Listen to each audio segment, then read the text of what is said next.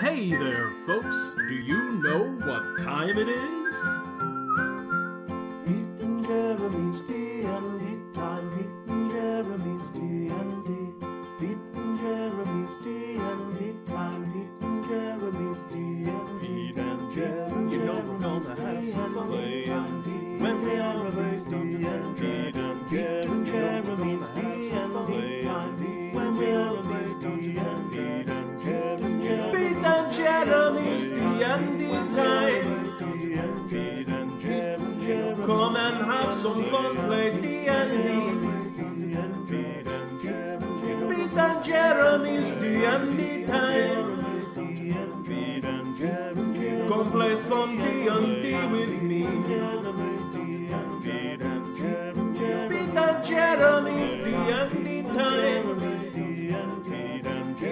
So many fun things to do.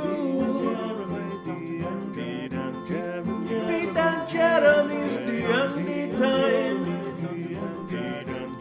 This is our invitation to you. Pete and Jeremy's D&D time. Pete and Jeremy's D&D. Pete and Jeremy's D&D time. Pete and Jeremy's D&D.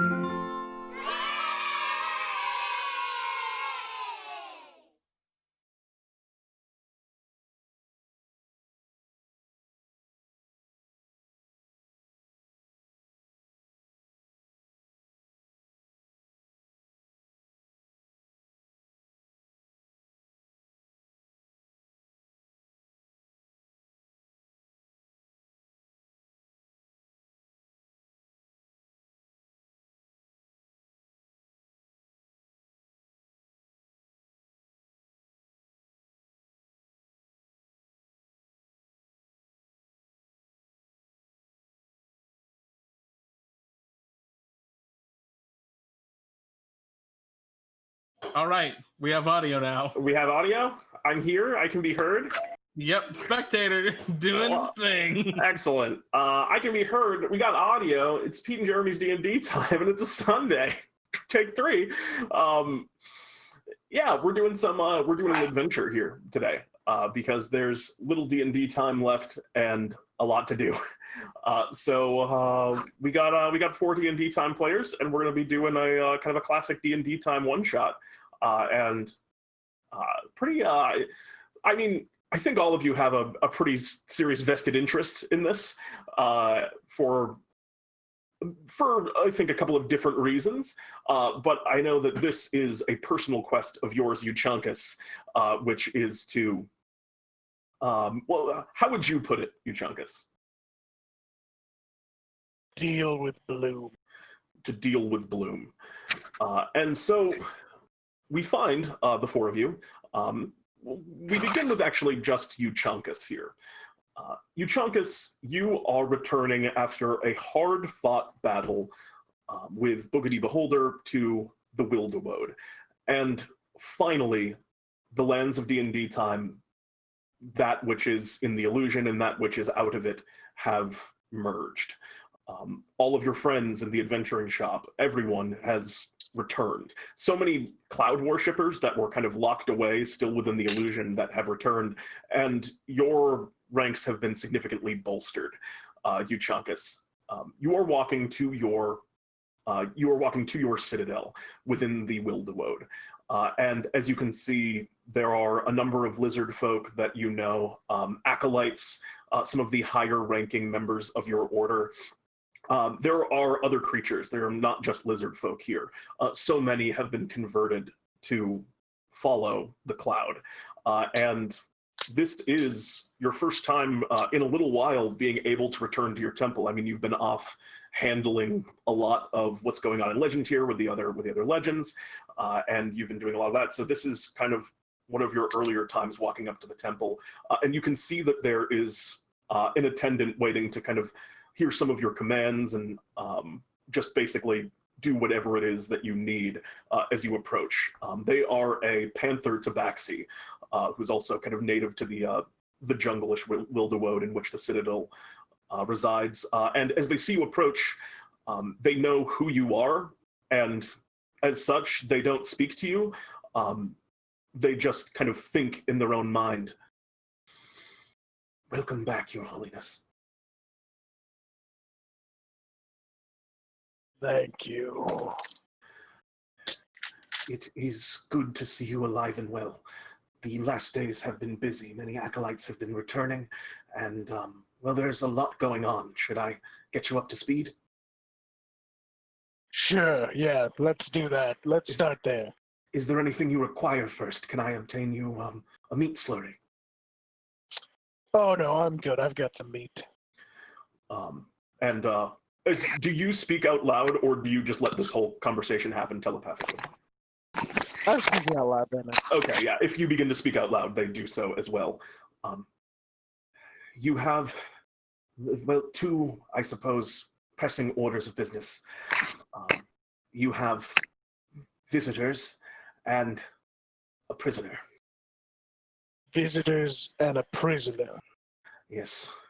One of your acolytes. As per your instructions, we sent some of our acolytes to look for Bloom. Mm-hmm. We wanted to observe him, see what we could learn, and report any information back to you, as of course was your will. Yep. Your Holiness. This lizard folk betrayed his brothers and sisters. During the mission, we are unclear on the details. He has been unwilling to talk. But apparently he slayed fellow Cloud acolytes. When we eventually tracked him down and found him, he was a bit mad, and we have been unable to pry any information about what happened while he was scouting. I see.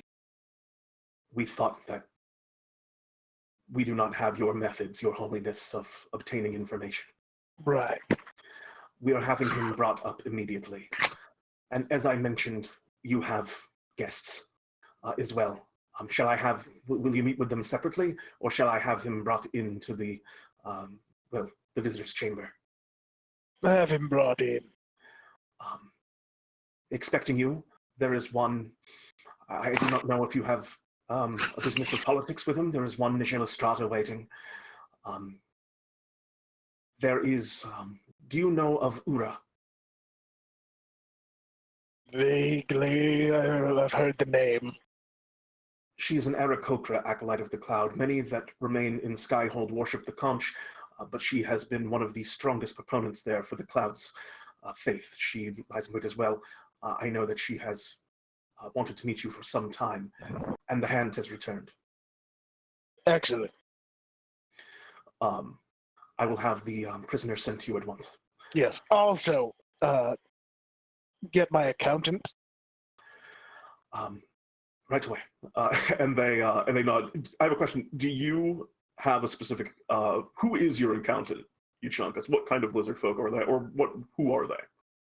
I think they're a trigonome that Euchaunkas just sort of brought back from oh no, from Sokotoa, whether they wanted to come or not. Oh dear. All right. They're treated well. It's just, he lives here now. I mean, they're treated well, I guess. That's you stride off Euchaunkas towards the visiting chambers, where Nijel, Ura, and Krixus, the three of you already in wait, you also coming from the kind of grand battles that were happening with the Boogity Beholder release recently that had kind of caught up all of Bartholomew's adventuring troupe in some form or another. Krixus, you've recently come, you were on your way to your keep to reclaim it, and unfortunately the apparently Fistula's son had taken up residence. He was able to escape before you were able to fully capture him, but you have quite a bit of red Kuatoa that you have had that you've obtained in his escape from some of the lesser red Kuatoa. I don't know if you've made any particular dish for the occasion of your return.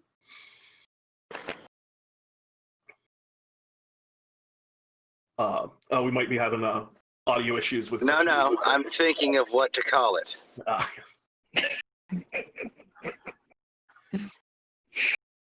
I guess the red slapper surprise. And what is the red slapper surprise? Is it fillets? Is it more of a raw dish or? Well, first you cut off their arms, right? Then you fillet them very thinly. You fry them real quick, and then it's kind of like crispy. And then you just throw a little salt on it. That sounds really good. There's been a lot of dishes that you've described in the past, Krixus, that I've been pretty wary of. Skin roll-ups being the least of, but red slapper surprise sounds like it's really good. So you have you got that laid out? I imagine in the visitors' room, as it's been a pretty bountiful harvest. Ura, you have arrived here as well. You're kind of standing around. I believe this is your first time meeting, because Ura, have you ever met either Krixus or Euchaunkas? No, I haven't. You know that the High Priest is renowned as a bastion. The High Priest and the Hand of the Cloud are both really renowned as bastions of the Cloud's faith. And I know that you have kind of wanted to have the opportunity to parlay with them for a long time. So yeah, you find yourself now in the presence of another just pillar of the Cloud faith. Krixus is here. What is Ura doing as Euchaunkas is kind of coming into the room?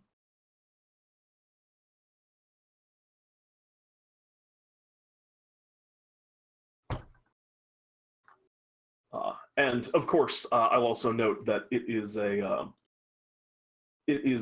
rainy day outside. It's getting on late into evening, but you can hear the kind of the soft, gentle trickle of rain coming, kind of laying on over the visitor's chamber. The roof is kind of slotted in some places where the rain can kind of fall through and fall into the chamber directly, and it's kind of caught in basins and moved back outside. So yeah, what's Ura doing as she's kind of waiting?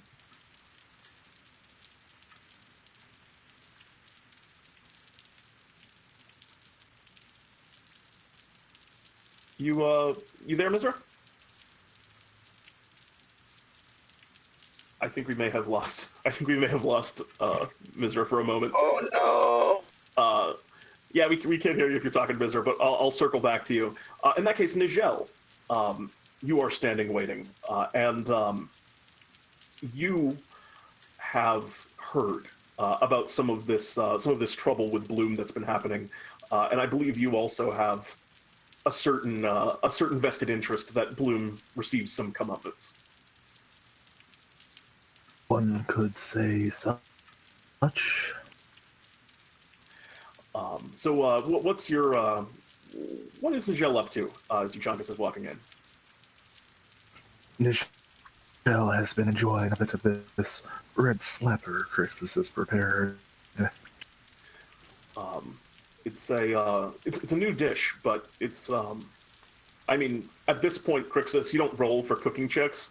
Everything that you make is very good. Like, I think you have almost like a reliable talent from a rogue, Krixus, where you roll at least a 10 every time.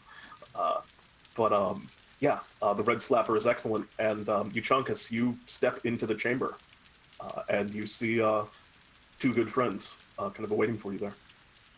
Krixus, Nijel, are you ready to kill a plant? Yes, I'm absolutely ready to uproot this thing. Always. Let's nip this in the bud. Let's make like a tree and leaf. Well, we're gonna make him make like a tree and leaf. Yeah. Yes. Yeah. And as you're saying that, you see kind of like a squeaky voice behind you. Time to put the pedals to the metal, I guess. Yes, very good, Gunther. You requested me? Yes. I need you to. So I'm assuming you've heard that Bartholomew is back. Yes. I've heard the news. Yes, I need you to put together a bill for lost wages. Bill for lost wages. Are there records of the work that I will need to? Oh yeah, I kept it. I wrote everything down. I will get working on it. Who should I speak to about it? I'll get to it right away. Yeah, sir. Yes. Is there a chance that perhaps I could do this work? I know that perhaps I could do this work at Bartholomew's shop, and it would be more efficient if I could speak to Bartholomew while I did it. I'd get it done quicker, and I would go there instead of here. I'm gonna insight check him. Yeah, go ahead and make me an insight check with advantage. This is okay. You don't need it. This isn't the first time he's tried to nonchalantly mention leaving the temple. I suppose the accounting would be easier within the shop. Technically. Yeah, sure, you can go to the shop. All right. I'll. Oh, you'll be going with some attendants. And you see he just becomes crestfallen as he says that, and Already my things right away. If you've already got someone working on this, Euchaunkas, do you mind if I send a few of my archivists with him to sort out my own claim? Certainly. Much appreciated. You know what, Gunter? Is that your name? I've been calling you that, but I don't know if that's actually your name. My name is Zippled. Zippled Thistledew. I like Gunter better. Gunter, I'll just send the one attendant. Okay. Because I'm sure he'll have some Herschel will accompany. And you see, as you say that it's Herschel accompanying, he's just like, even more so. You see, he's just like, That'll be wonderful to work with Herschel again. Mm-hmm. it might, I was actually, have been thinking about it since we've been talking about it. It might actually be easier to get the work done here. There's a lot of distractions. There's a lot going on there. Oh, but I was ready to give you snacks for the road. No, I think I'll do the work here, if that's okay with you. Well, here, take these snacks at least. It'll make you more efficient. Okay. Yeah, of Lord course Hand. you can do it here. He turns and walks out. I'm gonna get to work now. Thank you for the snacks, Lord Hand. And he kind of turns around and steps out. And as the door is opening, he kind of gets whacked by it. As in walks that tabaxi with the prisoner. You can see this is a lizard folk acolyte. You've never met them before. There's too many to keep track of all of them. Mm-hmm. But their hands are bound. Their mouth is their mouth has been kind of muzzled, and they are kind of laid at their knees in the chamber with all of you. The tabaxi thinks to you, Euchaunkas.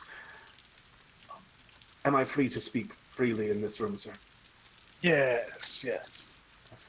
This is the, they continue out loud, this is the prisoner that we spoke of, Your Holiness.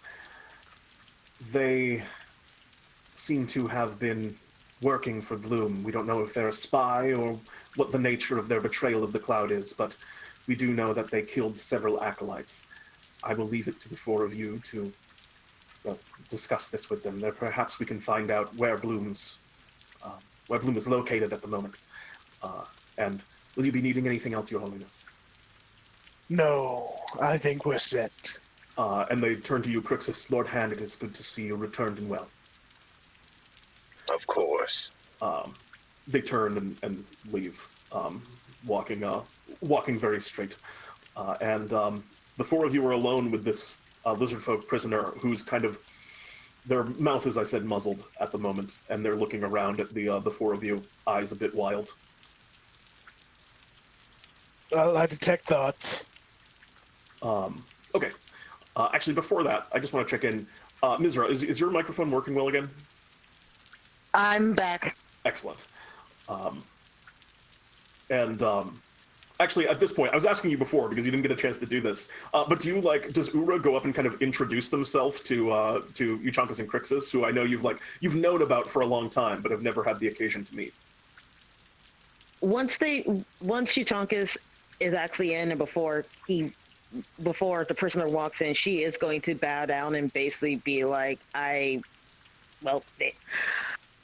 humbly request your... Wait, no, that's not the right word. I humbly present myself in front of you and basically go from there.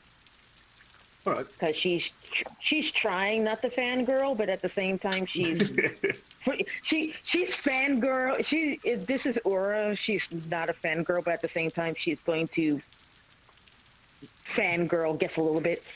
But deep down inside, everyone's a fangirl for the right person. Euchaunkas is a fangirl for Bill, at least a little bit, I'm a fangirl for my outfit. Yeah, Krixus is his own fangirl. Euchaunkas, you meet Ura there. Please rise, Ura. I hear you do good work up in the sky. Castles, Ares and such.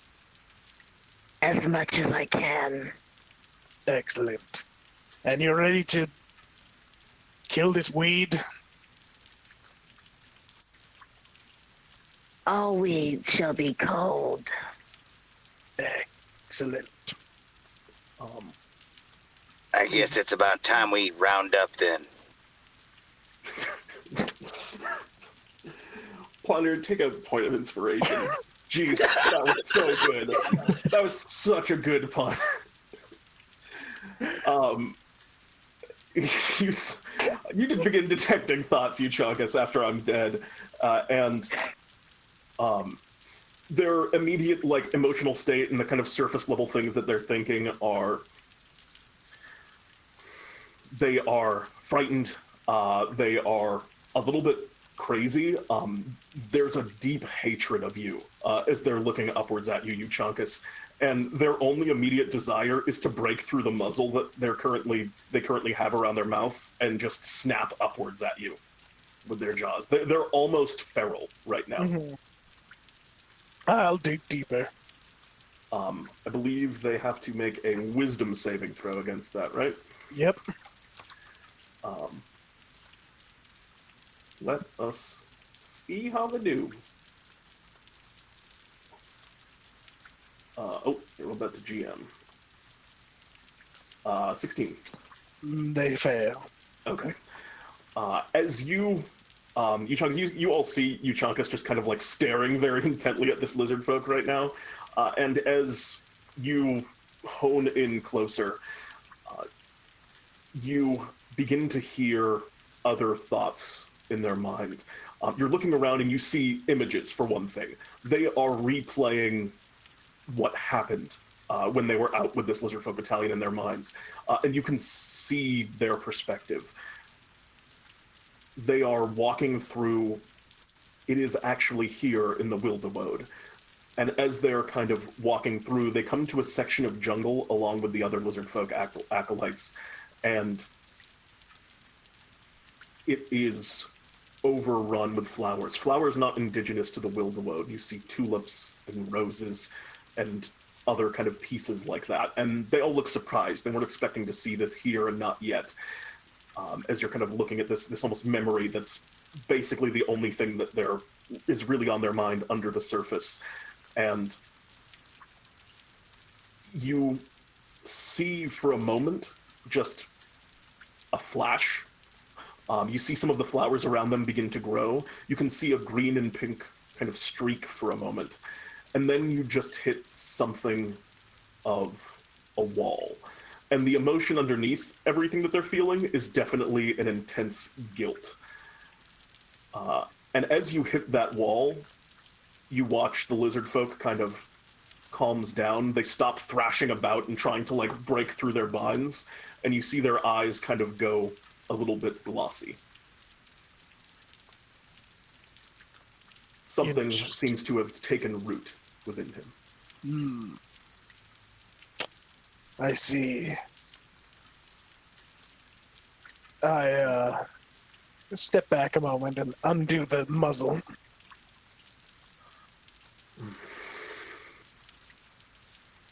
A voice comes out of the kind of mouth of this lizard folk. It is not the often raspy speech of the lizard folk, but gentle and familiar.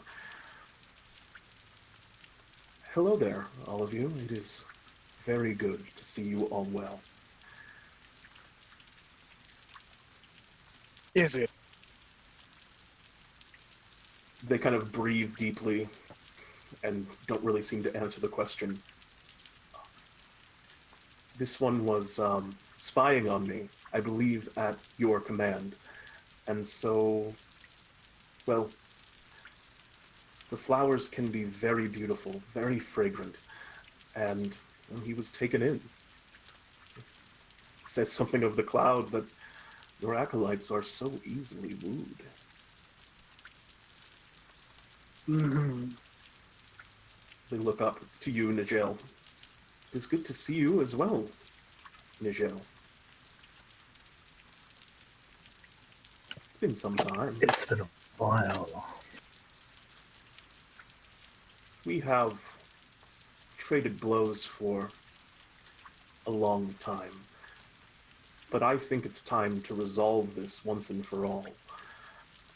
I've gotten tired of making flowers from, well, putting together arrangements for people who don't really appreciate them. I've done some arranging on my own. I wonder what flowers you will become.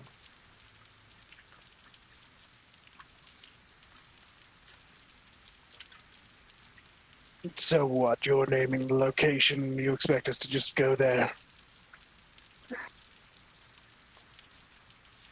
I won't meet you at your temple, but you may choose the location outside of it. Matters not to me.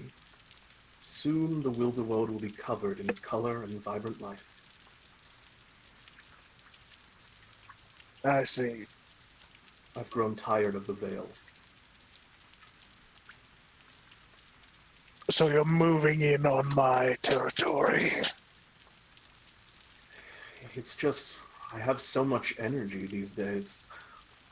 And you see the lizard folk kind of looks upward, and despite the dawning evening, there is still that ever kind of pulsing green light from up above. It's nice that the sun's out all day now.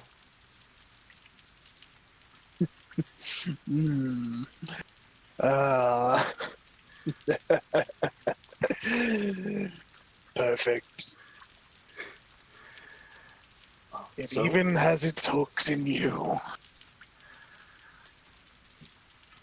Bloom kind of, as this lizard folk kind of straightens up. So, I'll let this one go as an act of good faith. And why don't you meet me in the woods? Certainly. And their the eyes of lizard folk kind of blink for a moment as they kind of fall and they look up towards the group of you. Your Holiness, so much blood spilled at my hands, and from their bodies just bushes of thorns and roses grow. He's taken over the whole, and he just is frazzled and scared. Hold still. I put my hand on his head.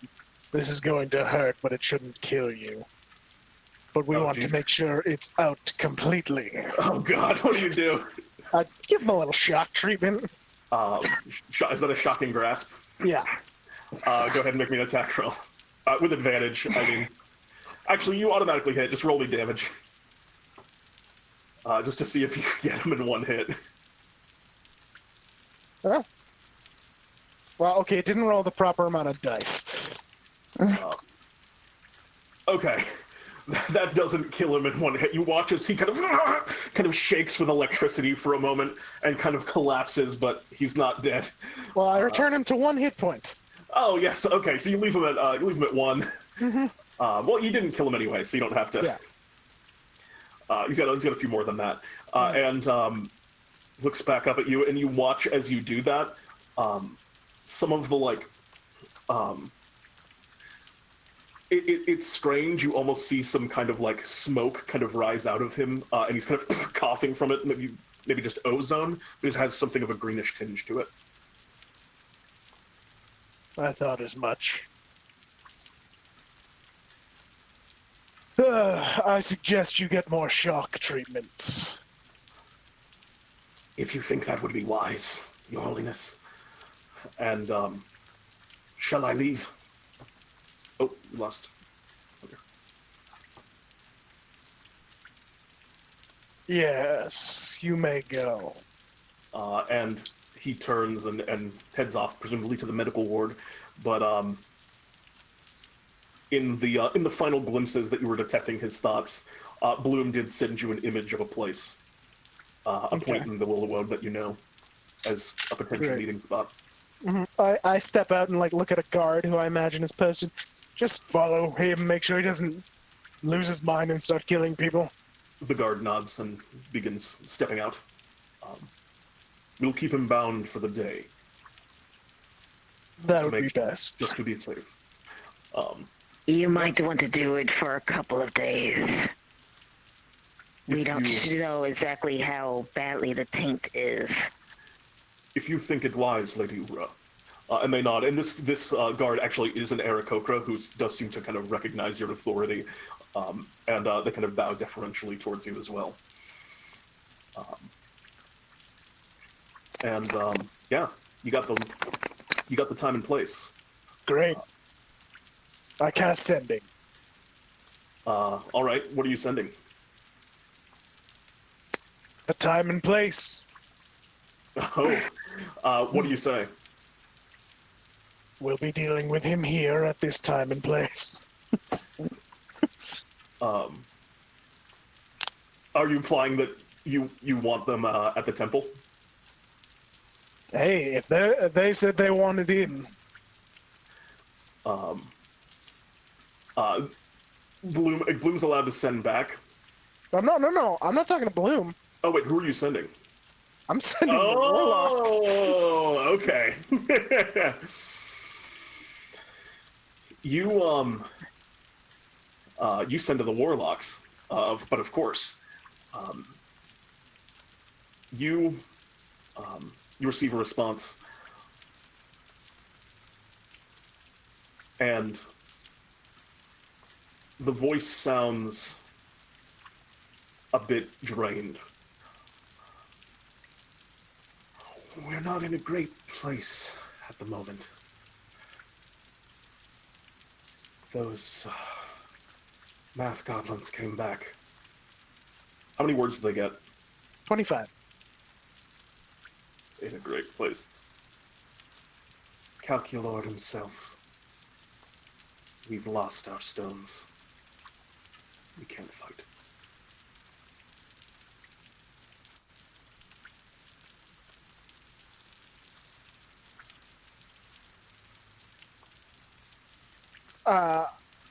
I just send back, then I'll send you a bouquet. You hear, I'd like that very much. Is the time and place today? The time and place is right here, right now, almost. He wants you to basically, he's going to meet you out in the woods at neutral ground here in the Ouwoupli, and, well, duke it out. I guess it's more your territory, although from your vision you saw that he'd been growing some flowers here for sure. Mm-hmm. And you know that Bloom basically grows flowers in his footsteps, so it's hard for those not to follow him where he goes. Mm-hmm. But yeah, it's just left for any preparations you would like to make before you ride out to meet him. Well, if it wasn't already, it's storming now.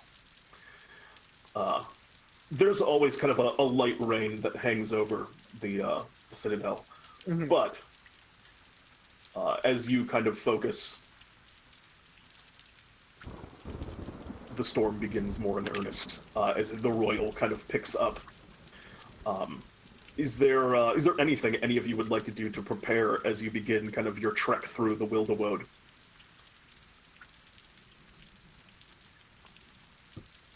Nah, Ur's ready to go. Praise the cloud. Raise the cloud. Praise the cloud. Praise the crowd. Any But what? Fine, praise the cloud. and the four of you begin to step outwards and onwards. Your journey through the Wilderwoad is fine. You know these woods incredibly well. Krixus and Euchaunkas from time here, in particular Euchaunkas, who was kind of born and raised in this jungle, and you are able to locate the spot that Bloom had kind of set aside. It's on sort of a raised portion of the Wilderwoad, and it's right kind of near a waterfall that cascades downward and into a little bit of a basin within the jungle. A very familiar spot, one of the places that before you kind of had dug wells and found better locations, was a place where you used to get drinking water here. Mm.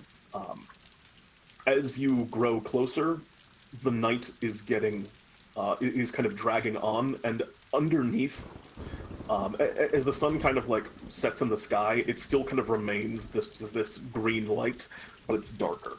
And as that green light sets in, you've noticed them a little bit as all of you are walking up, but you notice these almost like blood red lilies begin to appear amongst the foliage, and in the darkness they are glowing with a just this bioluminescent red light as they are kind of pulled from out here.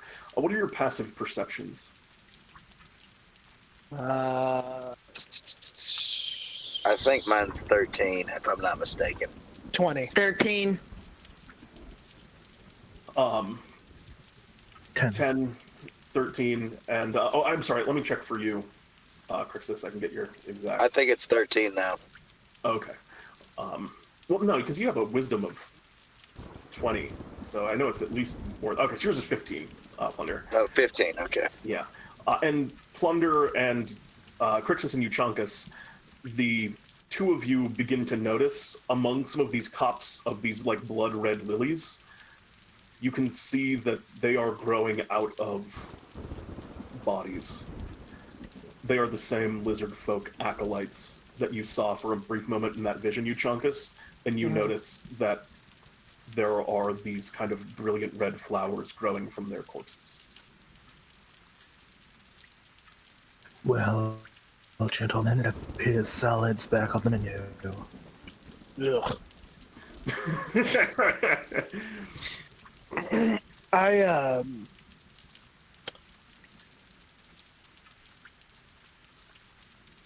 As we're passing these corpses, they're like hung from the trees in such a way as to they were put. It's no doubt that they were moved here intentionally as a threat. You can tell that from the way they were placed in the trees. They wouldn't have gotten here naturally. right. I rip them down Absolutely. without touching. How do you do this? Telekinetically. Ah, yes, of course. That is a smart move. You use your telekinesis to kind of reach up and pull the lizard folk from the trees that they're in. Some of them require a little bit of resting, but given time, you can do it. And as you're looking closer, you can see that some of these blood red lilies are emitting kind of small spores and you're wise to keep them at bay, it seems. As you kind of just move the bodies, I imagine you place them in a you place them kind of in a row to be given more appropriate and proper burials at a later time. Yeah, Or, I also suppose resurrection if just sweeping crush the lilies. with your telekinesis. Yeah. Do make me an attack roll on that. This would just be or spell casting it. Is it a spell attack roll? I don't know how. I would guess it would be a spell attack roll. Yeah. Go ahead and do that. Does this work? No. Okay. Then I will just use Shocking Grasp as my thing. Yes, that'll count. Okay. Jesus. All right. 27. Yeah, you just do a clean sweep along the top, and you are able to destroy them all in one kind of blow, such that the spores don't get a chance to kind of explode out to you, because you notice as you remove them, they do kind of puff a bit around them, but you manage to get rid of them cleanly from the top of the bodies. And the lilies just kind of dispel into the wind what's left of the petals. All right. We keep moving. And you stand, you know now that you're coming up on a clearing where this little kind of stream is. You know that here you can hear kind of like the distant rush of the falling water of this waterfall, and the canopies here, kind of loom up and over, and there's a lot of like overhanging growth that kind of hangs in. It's a very beautiful place under normal circumstances, but the closer you get, the more just flowers you're seeing everywhere around the area, which might be beautiful had their association perhaps not been pretty tainted. And you guys are about to kind of step into the clearing. You can see what appears to be the shape of Bloom in the distance. Their back is to you at the moment. They look different, which I'll describe once you get fuller into view. Certainly. Is there any last-minute spells you'd like to cast on yourselves, or anything that you'd like to do before you begin? Well, let's get the Death Ward out of the way. Yeah, I thought there might be a Death Ward in your future. Anyone else?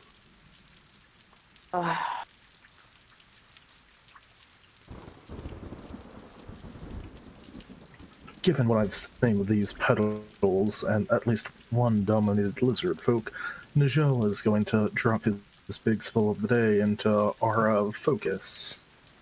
Interesting. What does this do? We have resistance to poison damage, we can't be diseased while within my aura, and we have advantage on saving throws against blinded, charmed, deafened, frightened, paralyzed, poisoned, and stunned. Ooh, that's very cool. All right. You all feel emboldened as this aura kind of spreads out around you. Ura, is there anything that you'd like to... is there any kind of spell, buffing spell, or anything that you'd like to cast as you're kind of coming into this clearing? Since Nijel did that, Ura's casting Bless. I assume you're doing a high enough level Bless to get everybody? Yes, I guess I'll go ahead and do it on level 3. I think you only need level 2, I think, to get the 4 of you. Okay, so level 2. All right. Oh wait, I guess I was wrong. Is Bless a second level spell? Or I thought Bless was a first level spell. It's first. It is first. Okay, yeah. So it's level 2. I thought I was just about to lose my mind. Krixus, do you have anything you want to cast before you go in? Anything to ready? No, I'm good. Okay. Who wants to lead the way? I assume it's me. All right. Euchaunkas, you step forward into the clearing, which again is now just a bed of flowers upon the ground, and you really have no choice but to trample them with your step as you're going, unless you're doing something to like clear them out in front of you. But for the most part, they seem harmless. I don't know if you're doing anything about that. I mean, I'd just telekinetically... You're telekinetically, I imagine, just ripping flowers out of the ground underneath everyone's footsteps, which is also rad as hell. As the flowers kind of cascade about, Bloom kind of stands and turns, and they are changed. Bloom's skin used to be kind of a blending hues of green and pink, and they wore this very brilliant toga made of white lilies, but you can see that it is now made of what looks lilies that look not unlike the ones that you saw growing from the lizard folk acolytes not too far back. And their skin tone has become only green. They kind of turn to you. You made it.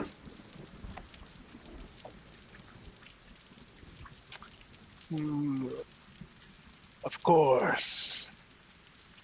It's good to see all of you. Well,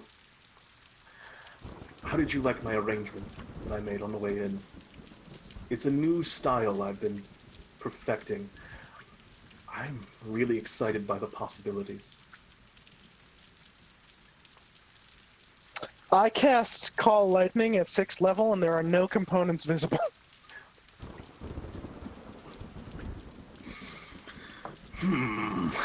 Does he have any way of knowing that this is happening? I actually don't think, like, he has True Sight, but True Sight doesn't let him see into what you're thinking. Mm-hmm. And so I don't think he can do anything about this.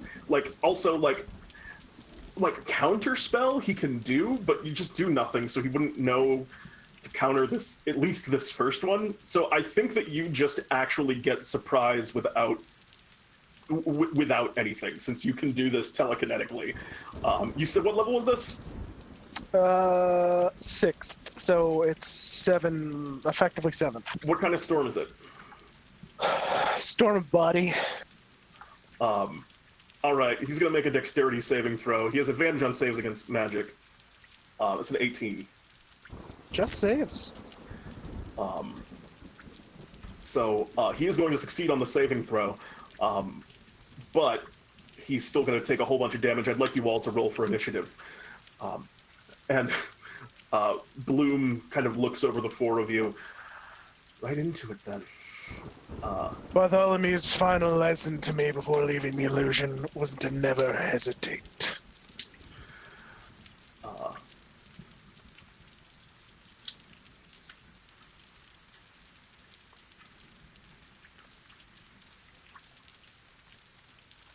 I push him 10 feet away from us, too. He doesn't get hit by the extra damage because he's safe, but I can do that because lightning. Okay, so he only takes the 20. He takes half of the 22. He takes half of the 41. Oh, okay. The extra damage was the. Yeah, okay. I get what you're saying now. Yeah. So he takes 20 points of damage as things kind of begin to heat up here. Bloom is going to go ahead and roll initiative as well. Oh wow. All right. That second roll is for Krixus. Okay. Oh, that's wonderful. Oh, I see that everyone has access to Krixus' sheet here. Yeah, if it would be very helpful to me if you guys can hit spells and stuff when it comes up. Thank you for doing that, Mizra. No problem. All right, yeah, he takes this huge pile of lightning damage, says, right into it then, and produces from his side what looks to be a terrible whip made of thorns. The base of it looks like a rose, and along kind of the ends of it, there are different like rose buds that seem to be sticking out of it. But this looks like just a very potent version of Thorn Whip in a sense. And Bloom lashes forward, and I think the first one is going to send towards. I think he sends it to you, Euchaunkas, because of course he does.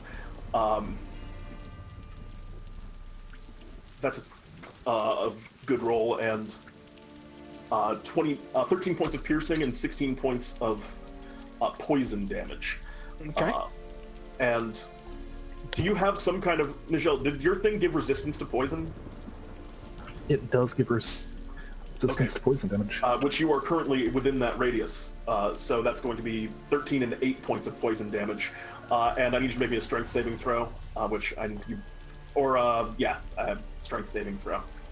What's Nijel? Oh, wow, it It's doesn't gonna be a matter. tough one. Yeah, it's a tough DC. Actually, he's exceedingly strong. What's your charisma, Nijel? It is a +4. This is possible with the bless. Okay, so the bless could get you there. It doesn't. Okay. Bloom drags you forward and pulls you in towards them as the thorn whip coils them up to you. And as they pull you in with their left hand, they just swing around and strike. That is a 23 to hit for 33 points of bludgeoning damage. That'll hit. Do you have concentration? I believe only on telekinesis right now, right? It's on the call lightning. I'm not concentrating on telekinesis. Okay. I need you to make me a couple of con saves then. The first one you have the aura bonus on. Also, okay, so but the second one, what's the radius? I don't know when paladins increase the radius of their aura, Nijel. What radius is your aura right now? 10 or 30? Just 10. It doesn't get to 30 until like 17 or 18. So that is a 13. The DC on that was 16. Yep. So unfortunately, the call lightning drops by 1 point. It's still a level 5 call lightning that you have right now, and that's all for Bloom's first turn. As he drags Euchaunkas forward, and then as he pulls you in, just smacks into you. Wait. Oh no, he's still in range. I believe you're 10 feet out from him because you pushed him 10 feet back, correct? So you're still 10 feet away, but he's just very large. He's basically a giant in size. So he has a good reach. That's all for Bloom's first turn. And that's going to pass us next in initiative to Ura. What would you like to do, Ura?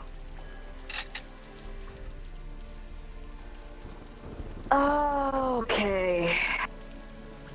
Or basically starts chanting, and basically all of a sudden there's a massive, praise be to the cloud, and casts Firestorm, 7th level. Oh dear. You get Firestorm, huh? How about that? They're gonna make a dexterity saving throw. They have advantage on saves against magic. They still fail. And they're gonna take 35 points of fire damage. They also are definitely not resistant to fire. They're not vulnerable to it because they're a god, but they are a plant, so they are not resistant to fire damage. Is there a particular shape that you want to arise here as you do this thunder damage? Or do basic fire damage, square. No, basic square. All right. She's not being flamboyant. She's a little mad. Yeah, fair enough. There's an explosion of fire from around Bloom, who kind of pulls backwards a little bit, and you can see there are parts of his body as the firestorm dissipates. Different leaves and tendrils, some of the lilies on his toga that are kind of burning and flittering away in the wind into just ashes and then disappearing as you unleash a very powerful firestorm upon Bloom. He did not enjoy that. Is that all for your turn, Ura? You still have a bonus action. I'm going to... No, I'm going to stay where I'm at. Okay, in that case, no, that's everything for me. Okay. That's going to bring us... actually, at the end of your turn, they are going to use a legendary action while most of you are still kind of gathered. Well, Nijel's got... I think that this is still the play anyway.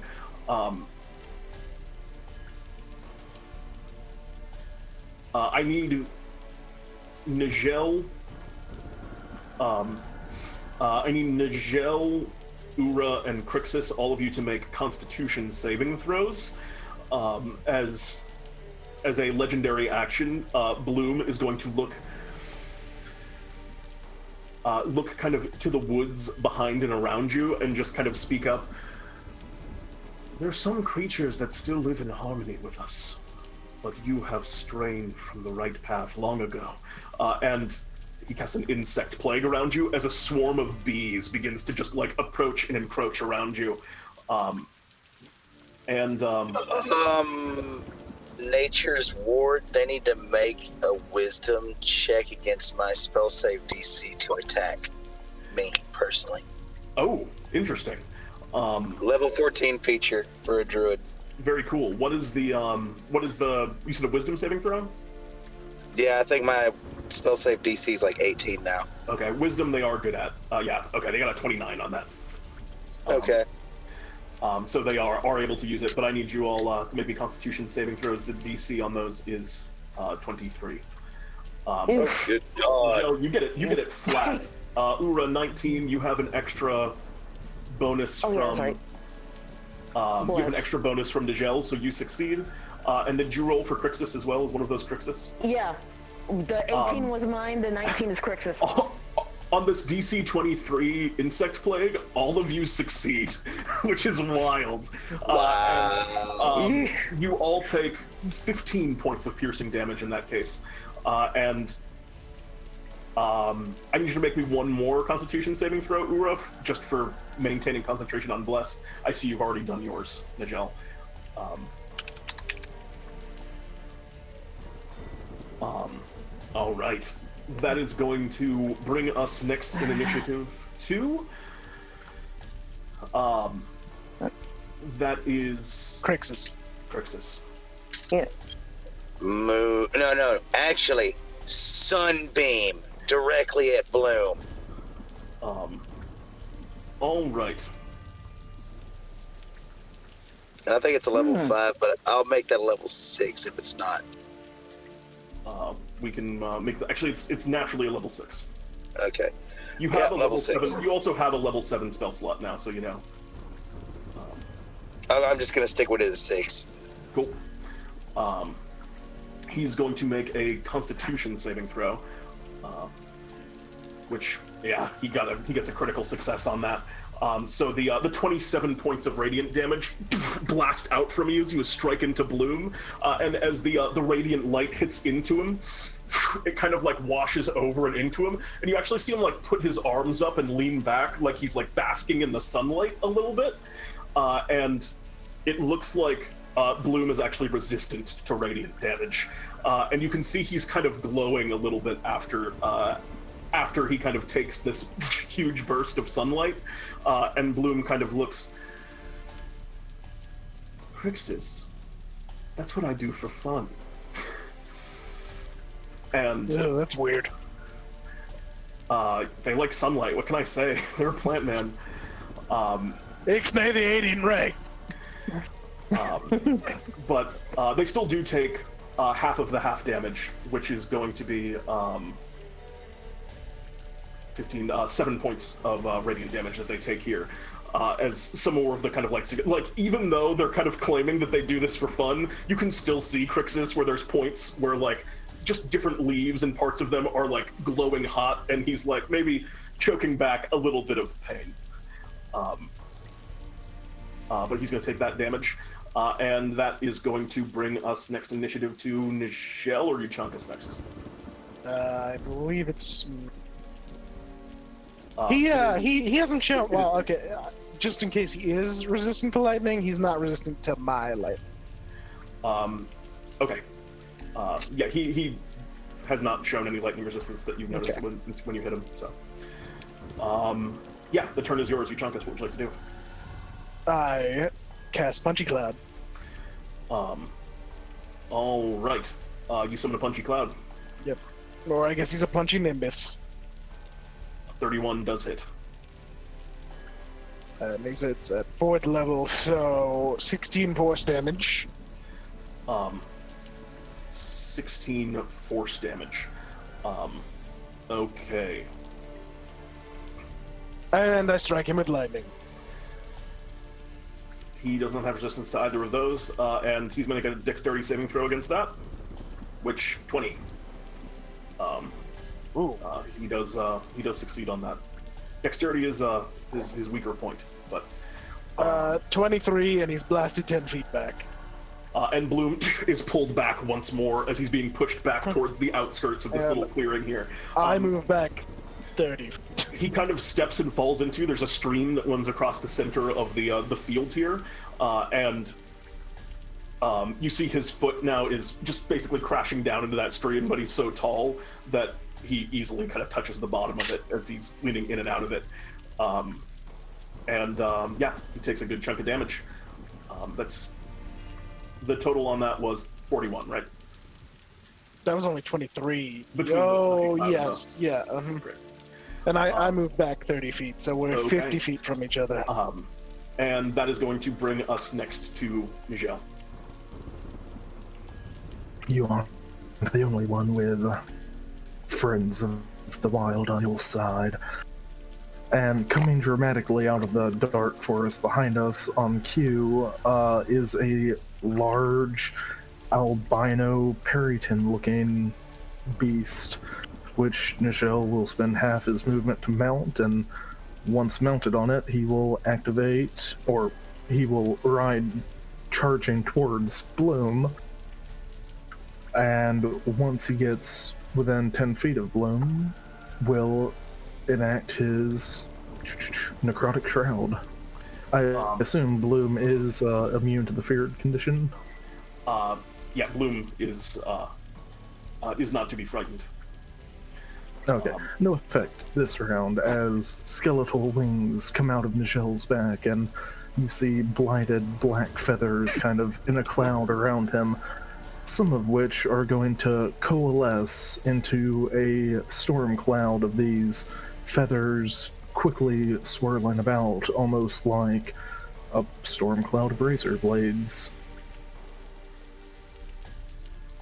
As bonus action, spiritual weapon. Spiritual weapon will definitely hit. Go ahead and roll damage on that.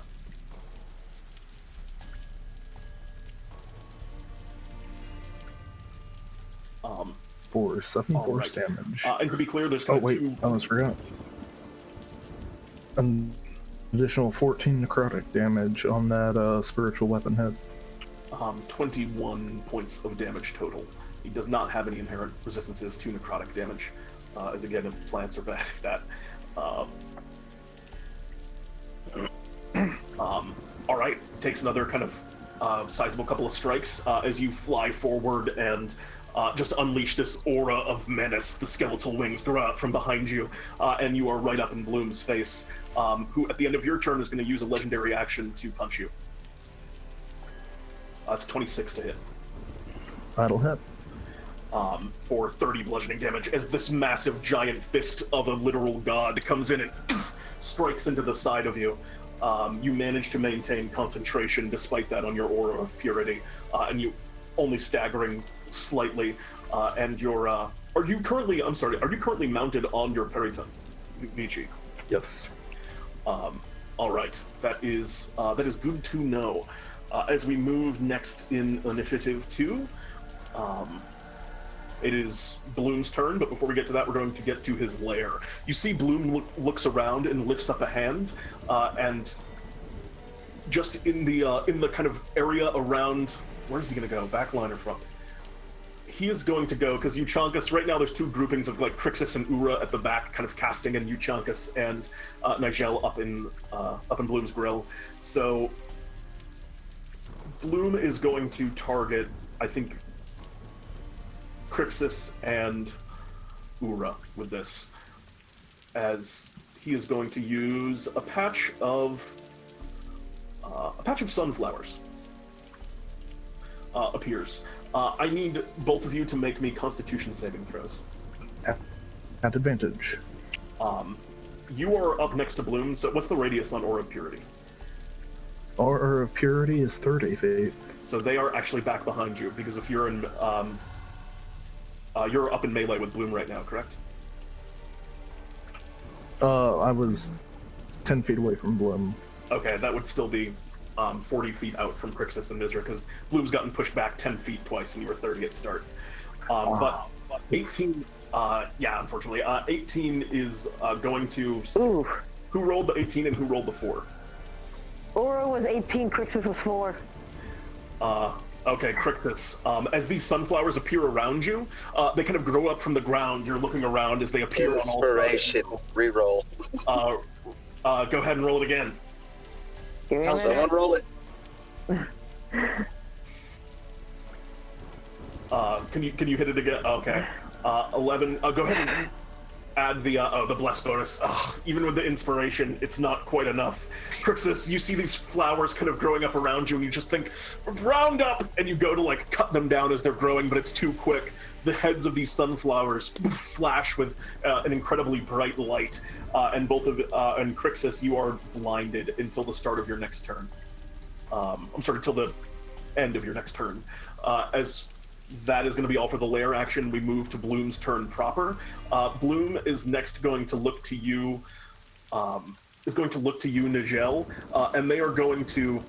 Actually, Nijel, I would like you to make me a dexterity saving throw, as they're going to try and use an interesting move on you here. Oh.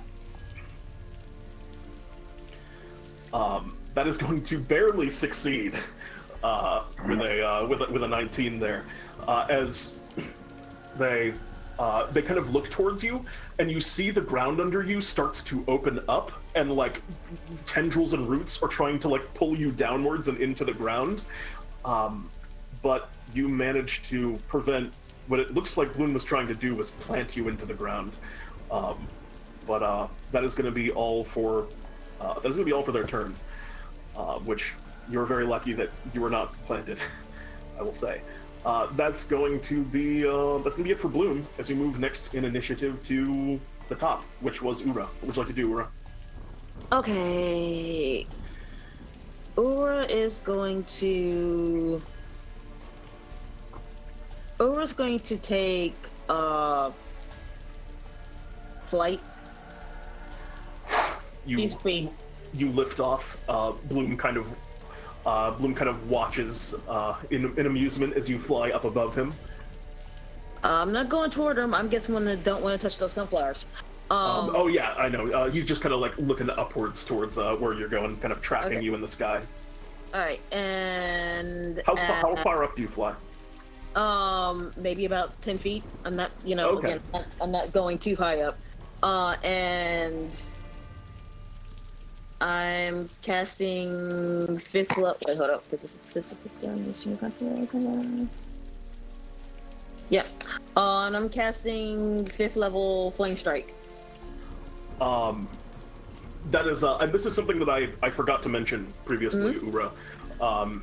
But you notice at the start of Bloom's turn, there were petals. It looked like it looked like some of like the petals that form his toga and like parts of his skin that were burned and singed. He's like trying to tie himself back together and regrow, but your flames that were still stinging him were like preventing him from doing that. It looks like you were shutting him down from regenerating with your flames. Which I forgot to mention on his turn. But you're continuing to do that, which is a good move.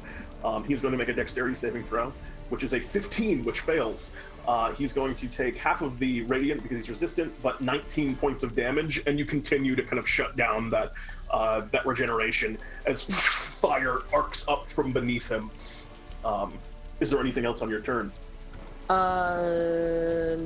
Nope. That's going to be everything. Frustrated by this, Bloom is going to look towards you, Ura. Just, we will grow higher than you will ever fly. And he throws, he's going to throw the rose whip out towards you. It's not a 34 to hit, he doesn't have advantage on this. But that is an 18 to hit. 18 hits, and I need you to make me a strength saving throw, although it is unlikely. That's also unlikely, but also too. But you crit! Oh wait, what? Hells yeah! All right, so Bloom. You're good. Bloom throws his rose whip out towards you and goes to drag you back down to the ground, but you just flap your wings upwards, and with all of your might, and despite the intense strain that you feel, you manage to like maintain your place in the air. Do you have anything cheeky to say to Bloom as he tells you he's going to send you to the ground? You might try to send me to the ground, but I think a bonfire will. I think my fire will have more fun burning down your petals. And by the way, Wrath of the Storm. Oh, nice. He's going to make a dexterity saving throw against the Wrath of the Storm, which he fails as... Oh, wait, he has advantage. He succeeds on the Wrath of the Storm. Does he take half damage from that? Yeah. That And is for style, is it lightning or thunder that you choose to deal? thunder. There's an explosion of sound as you kind of echo. I imagine the thunder cracking alongside of your words as Bloom is buffeted for other 4 points of thunder damage on top of his failure, which is never a great look. And that's all for that legendary action. As we move next in initiative to you, Krixus. What would you like to do, Krixus? You're blinded currently, but you still have your the full use of your economy. Yes. Does having a condition require a Constitution check to maintain concentration? It does not. No. Excellent. I'm going to roughly estimate moving that sunbeam to where I last remembered Bloom being.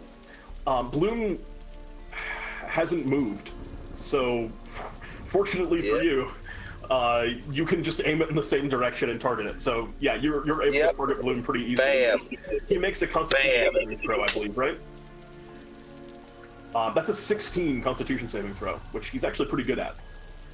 So he's going to fail. He's resistant to the radiant damage, but this time as you blast him with the sunbeam, does that blind him as well? I don't know. I don't have access to the stuff. I just know that I like that spell. Fair enough. Hold on, I'm checking. Yes, I know he's blinded. Ooh. Oh ho ho. Reverse card. Bloom has true sight, but I don't think that interplays. Like, I think he can still be blind. He's not immune to the blind condition, so he's still he still can't see. So you see his eyes, which are kind of like almost glowing with this magical gold for a moment, just kind of go dim, and he's like blinking a little bit confused as the sun. That's a little bit too direct, and he's kind of he looks casts a nasty glance in your direction, Krixus, which you aren't able to see because you're also blinded, which is kind of funny. Three blind mice. As both of you are failing to see the effects of your abilities on each other, but neither look good from an outsider's perspective. And you also hit him for some good radiant damage there. Excellent. And that is going to bring us next in initiative 2. It is Euchaunkas. What would you like to do, Euchaunkas? Cast a 7th level Witch Bolt. Okay. Okay. Actually, it's at advantage because he's blind. Oh shit, you're right. Well, no crit, but 24 does hit. Lovely. 42 damage. 42. Actually, hold on, let me make sure. Yep. 42 damage. This is a little bit of a desperate move, but I think this is the effect that Bloom is going to use his fragrant against you on. I need you to make me a wisdom saving throw, Euchaunkas, as you go and strike out towards Bloom. Does this apply condition? It applies the charm condition, so you have advantage. Good thing you had advantage. For just the briefest of moments, Euchaunkas, and this is not something that you'll ever speak to anyone, but you kind of get a wisp of those kind of red flowers about Bloom's cloak, and why would you want to hurt? And you're like, of course you want to hurt. What's the damage on that? That was 42, and this is another. You're not using anything on that? Nope. Okay. 13. 42 and another 13 points of damage for another. Was that 55? Yep. All right. Bloom's taking a beating here. As at the end of your turn, before we get to you, Nijel, they're just going to take another wide swing at you, Nijel, as they're going to throw an arm strike at you. 31 to hit, 29 points of damage. Another powerful punch at you in the air. Are you in the air, or are you at ground level right now? Are you flying on your Periton? Given that he's the size of a giant, I'm probably like 20 feet in the air. Flying at like near shoulder height. Yeah. Bloom is massive. That is going to be, you managed to maintain your concentration, nice. And that is all for Bloom's legendary action as we move. That was all for your turn as well, Euchaunkas. Nijel, what do you want to do? Okay, let me double check a thing right quick. Well, naturally, let's start this off the right way with a stab. That's going to hit. Good rolls. Bingo. And naturally a smite on that, of course. Yep. He takes half damage from the radiant, so that's going to be 19 points of damage. And 14 points of necrotic. I'll worry about the adding and resistance in as soon as I finish the round of hitting. All right, 19 and okay, yeah. So tell me the total. Oh yes, of course, because the Gebold remains. The Bulg remains, and as a bonus action, yes, I have potions of greater healing. I will bonus action take a potion of greater healing. All right. Is that all for your turn? That'll do it. What's the total on the damage there, if you don't mind? I'll pop it in with the half radiant. 1 second. By all means, go on while I do paperwork. Nijel stabs the Gable down to Bloom, who does grimace a bit as it sticks in, and then just explosions of radiant energy are coursing out from the wound as Bloom takes some heavy strikes there. And we move around to the lair. You watch as Bloom's, I think, going to center this around you and Euchaunkas this time. You watch as from the ground, and against you two, he's going to go with. You watch as snapdragons grow out from the ground, and their and their heads kind of like turn and like snap. And you watch as these particular snapdragons are black, and they breathe out at you like black dragons do. Acid damage, as the snapdragons just spit acid in both of your directions. I need you both to make me dexterity saving throws. As from this lair action, 51 points of damage. Woof. I think I'm at a 19 because I'm near Nijel. You what's and the Nijel save? are in a similar. This save is a dexterity saving throw. No, I mean, what's the number we're trying to get? Oh, my apologies. The lair action saves are 16. Oh, great. Then I'm good. Okay, so you're going to take half damage from that. No.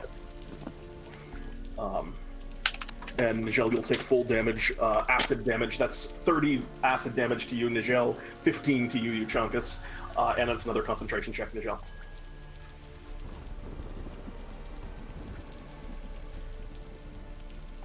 Bingo. Which you are fine on. And that's going to be all for that lair action. Oh, did you have a thing? Growing? No, I thought the 51 was the acid damage, so I had done something wrong. It's fine. We're good. Bloom. Wait, is it 48 or 44 plus 4 or 84 plus 8 on greater healing? 44 plus 4. That is correct. Okay, thank you. That is going to, in that case, bring us to Bloom's turn. Bloom's turn proper. We're going to see if he recharges his plant. He does not. So that is going to be. I believe that all of you are. Everyone but Nijel is currently resting on the ground, correct? I'm still flying. Yep. Oh no, Ura's up in the air. Okay.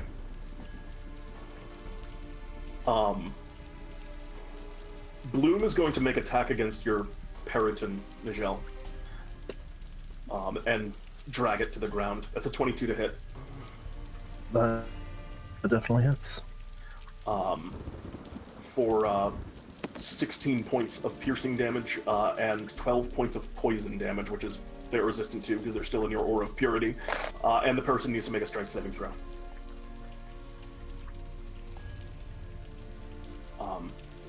I assume they're okay on hit points. I don't know how beefy a Periton is. It's not quite loaded yet. Okay, yeah, and they are pulled down to the ground. And then with their other hand, they are going to swing and send another punch cascading. Euchaunkas, you've pushed them back a couple times now, so they're actually out of range of you. So they're going to keep hammering away at you, Nijel. That's 27 bludgeoning damage. Just another smack. Their fists falling like just the hammers of a god. Is there? That's all for their turn. How are you still up, Nijel? I know you've taken some pretty heavy blows. Oh yeah, I'm up. All right. That is going to be all for Bloom's turn proper here. As we move next to you, Ura. It is back around, and once again, Ura, you see your flame strike has prevented Bloom from regenerating at all. Well then, if I decide, since I am being a gardener and culling weeds, let's keep them from growing back. Fire strike again. As you go to fire strike this time, Bloom kind of holds a hand out in your direction. I need you to make a wisdom saving throw, as he has not used this against you yet. Come on. Oh, come on, computer. Is this Don't start another now. condition effect? This is, but Ura is... this is a charm effect, but Ura is farther away from you, unfortunately, because you're right up next to Bloom, and there's like a 50-foot gap between you right now. You said, which one? Wisdom? Ura, I think, only moved up, I believe. Yeah, I only moved up. Yeah. Wisdom, which I know is the best facet, but it's also...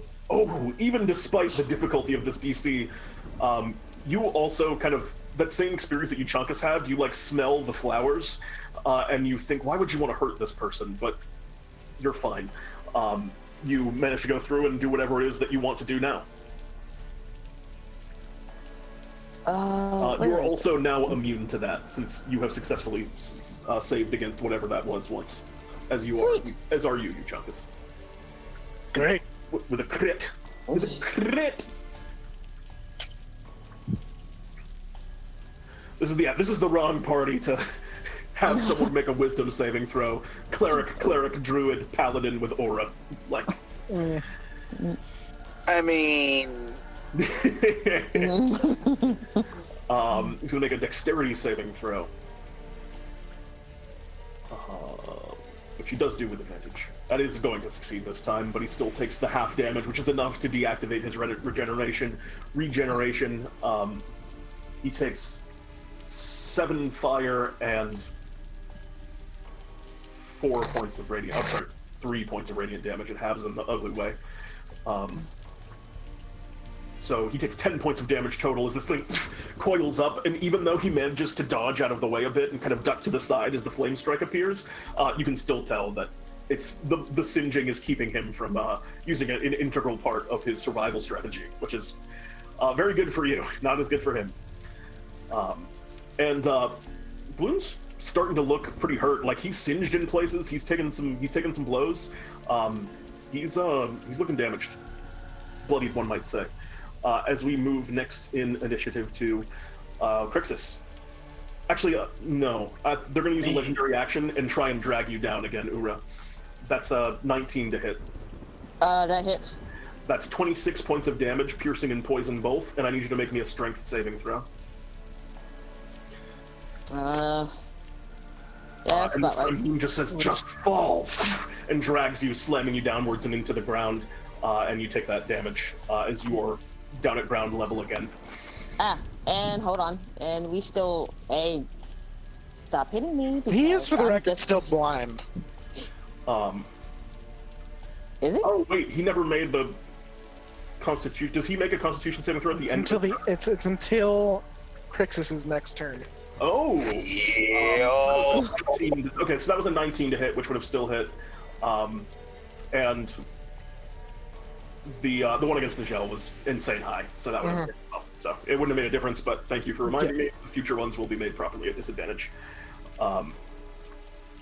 That is that's all for that legendary action. As we now pass to Krixus proper, you are no longer blind, Krixus. You have the full stock of the battlefield. I can see, but has Bloom moved? Currently, no. Bloom's. Well, guess what? I get free additional. Go ahead and roll that sunbeam. He's going to make a Constitution saving throw against the sunbeam, which he has advantage. Yeah, he is going to succeed this time. As he'll take half of the half, which is going to go to 6 points of radiant damage as the sunbeam blasts through, and this time he manages to avert his eyes in time, learning to respect the sunbeam a bit from last time. Well, I mean, it's just one spell that I've used the entire time. Yeah. I'll also shoot an acid arrow because I didn't really have to do anything, and you can do that. Yeah, you can see it pretty clearly now, so go ahead and make me... acid arrow. Someone do that for me. Hold on. Is that Melf's acid arrow? Is that and I have a +3 because I have the wand of the War Mage +3, so +3 to the roll, like to attack. Where the hell is this thing? What level is Melf's acid arrow? It's like level 1 or 2. Oh, thank you. That hits. Man, you guys have not missed Bloom. He does not have... he is no joke, but you have not missed yet. Go ahead and roll damage on that Melf's acid arrow for me. Was that just basic level 2? It was a level 3. Oh no, I would have done that at like level 3. Okay. And then that's also a +3 because the +3 attack from my wand of the War Mage. Isn't that part of it? That is 12 acid. Yeah. Okay. All right. Another 12 points of acid damage. Sunbeam, light, acid. It flies across at Bloom, whose petals kind of singe, and yeah, they're not in a great shape on that one, and they are going to take. Let me write that damage down. All right, they are in. Yeah, they're not liking that. That's all for your turn, Krixus. Yeah, I think I've done enough. At the end of your turn, they're going to use a legendary action to move without provoking opportunity attacks 30 feet. You watch as Bloom takes huge footsteps bounding like over your head, Euchaunkas, until they're standing kind of in the middle of all of you. Getting a little bit closer to Krixus and Ura, as their foot kind of like hops out and up and out of the stream. They get thrown kind of out of the stream and are now in the midst of you. And that is going to be all for that legendary action as we move to you, Euchaunkas. What do you want to do? I will cast Mass Cure Wounds on myself and Lance, because I think that's the only two, or Nijel, because those are the only two people I can hit right now. You can move closer to get everyone. It's 30 feet, right? Yeah, but Nijel's on one side, and the other's on the other. Basically, if you were to move within Bloom's striking range, from where he just... Well, it's a point within range of 60 feet, and then 30 feet out from that point. Oh, yeah, so you could get everyone. And I will. Yeah, you can get everyone with that. I was going to say, you are all within like 50 feet of each other right now. It's just you were in kind of a little bit awkward spot for the aura, specifically. Well, everyone gains 10 hit points. Why do I heal? And then... The lack of time Euchaunkas spends healing... because he just does so much damage. I will bring my spiritual weapon to me, hop on it, and move away from Bloom for now. Okay, the spiritual weapon zips over to you, and what, like, kind of direction, roughly, are you moving in? You could move, like, to the right of the direction you're facing, which is, like, off the cliff above the waterfall. You could move, like, above Bloom. You could move to the side, deeper towards the thicket. Which way do you want to go? Let's go with cliff for now. Okay, you head over kind of cliff ways, and that is going to bring us to you, Nijel. And everyone got 10 points of hit. 10 points of hit back? Yeah, sure. What do you want to do, Nijel? Nijel will kind of stir on his mount, which will fly up and towards Bloom, hopefully encompassing everyone, well, maybe except Euchaunkas, who is distancing back in the aura, dragging the spiritual weapon over and having the spiritual weapon do the opening attack. Okay. The spiritual weapon definitely hits. And I got a funny feeling the Gabold's gonna hit too. Oh no. Gabold won't hit this round. Okay. 25 points of damage. Nice.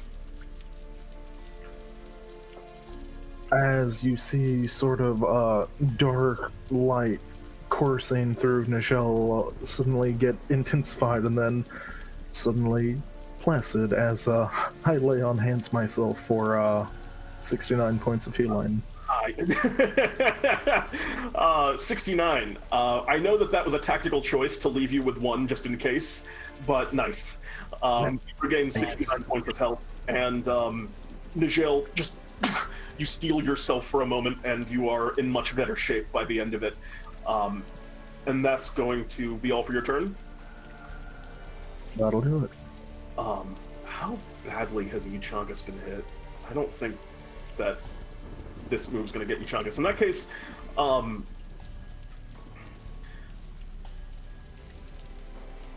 I need your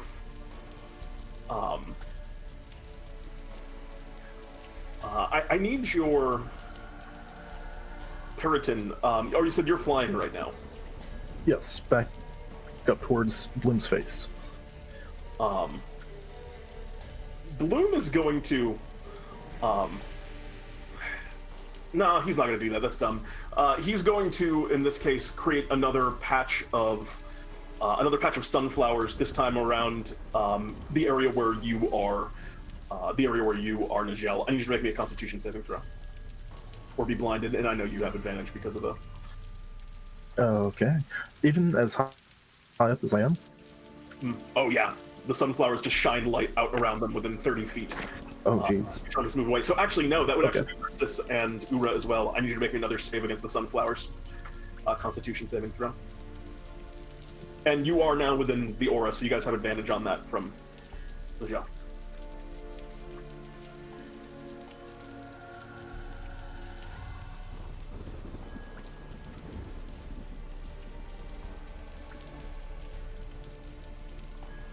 So that's going to succeed for Nijel. Oh! Sorry about that, Mizra. I did not realize you had dropped down. So that's Krixus, unfortunately, once again. The sunflowers blind, and you find yourself, blinded. Sorry. And Ura, I need you to make me a Constitution saving throw against the blind effect. Oosh. You have advantage because you're within Nijel's aura.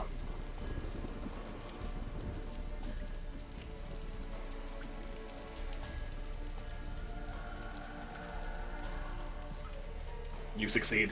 So Krixus, you are blinded as the sunflowers appear, and as it passes onto Bloom's turn proper, he looks around at like Euchaunkas and Nijel, who are flitting up a little bit from him, but I think he is going to use this anyway at this point, and he just kind of puts his hand down on the ground, and this time just wordlessly slams down, and you watch as thorns and flowers grow out all around Bloom at this point, coursing up from the ground, becoming just this like terrible thicket.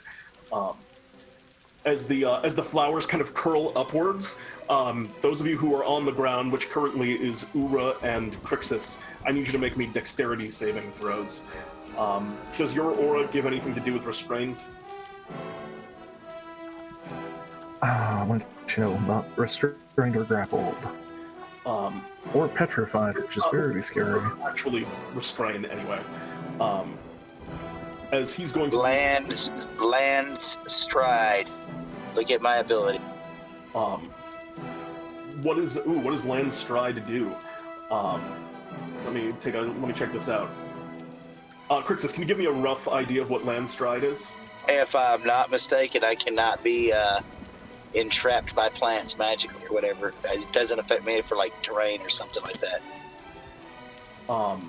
Mundane ones, you have advantage. Immune to magical ones, your advantage. If they're created by magic, you have advantage on the saving throw. Oh, okay. You roll either strength or dexterity against this. All of your choice.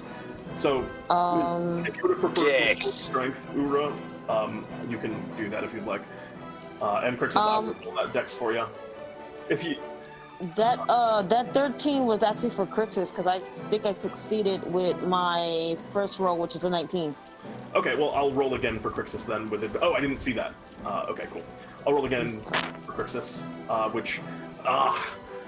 Krixus, you are unfortunately caught up.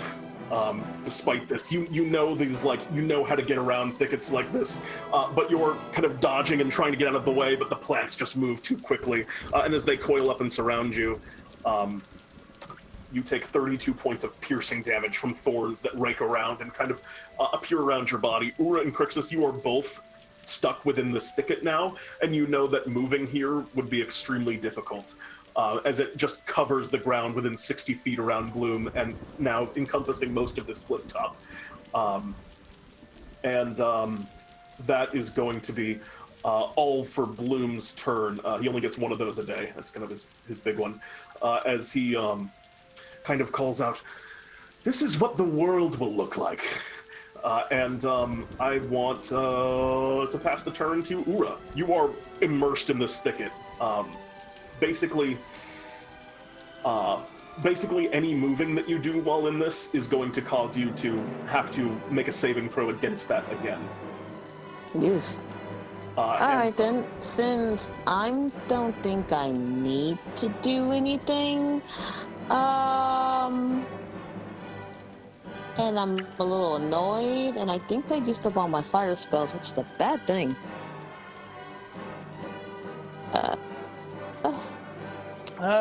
You have a 6th level spell left, right?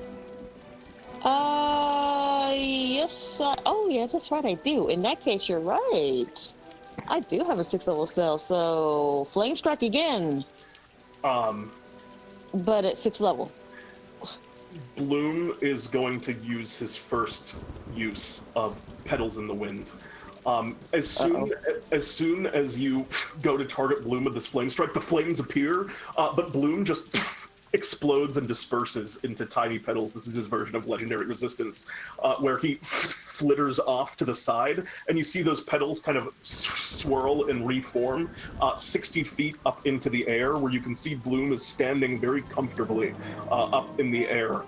His feet just look like small, like, swirling circles of petals seem to be keeping him aloft in the sky as he looks down on all of you. And he looks at you, Ura. "I'm getting very tired of that." As he negates the damage from that effect. He has 2 legendary resistances, or Petals in the Wind in his case, left. And he is now 60 what's the feet matter? You're tired of being trimmed? And is it all for your turn, Ura? Being that he got out of that, yep. That is going to bring us next in initiative to Krixus. You are not restrained by this currently, but you know if you move, you have a chance to become so. Although you do have advantage because it's magical vines and such.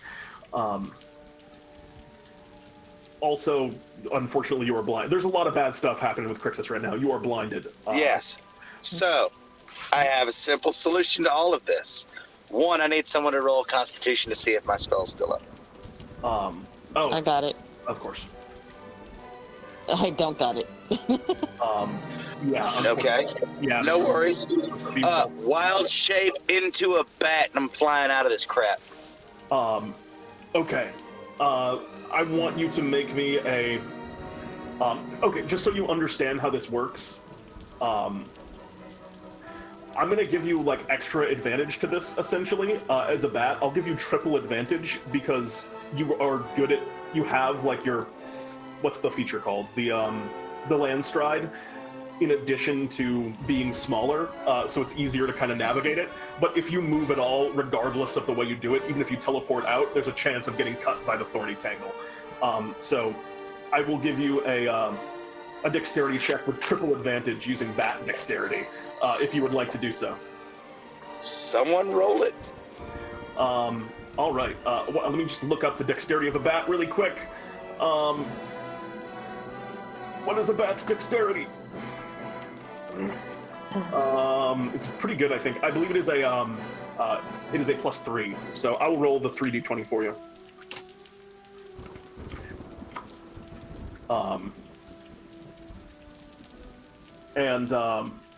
That's an 8, a 4, and a 5, which with the +3 is 11. You have Bless still. And you are in Nijel's aura. Oh, actually, so between all of the stuff that's been affecting you,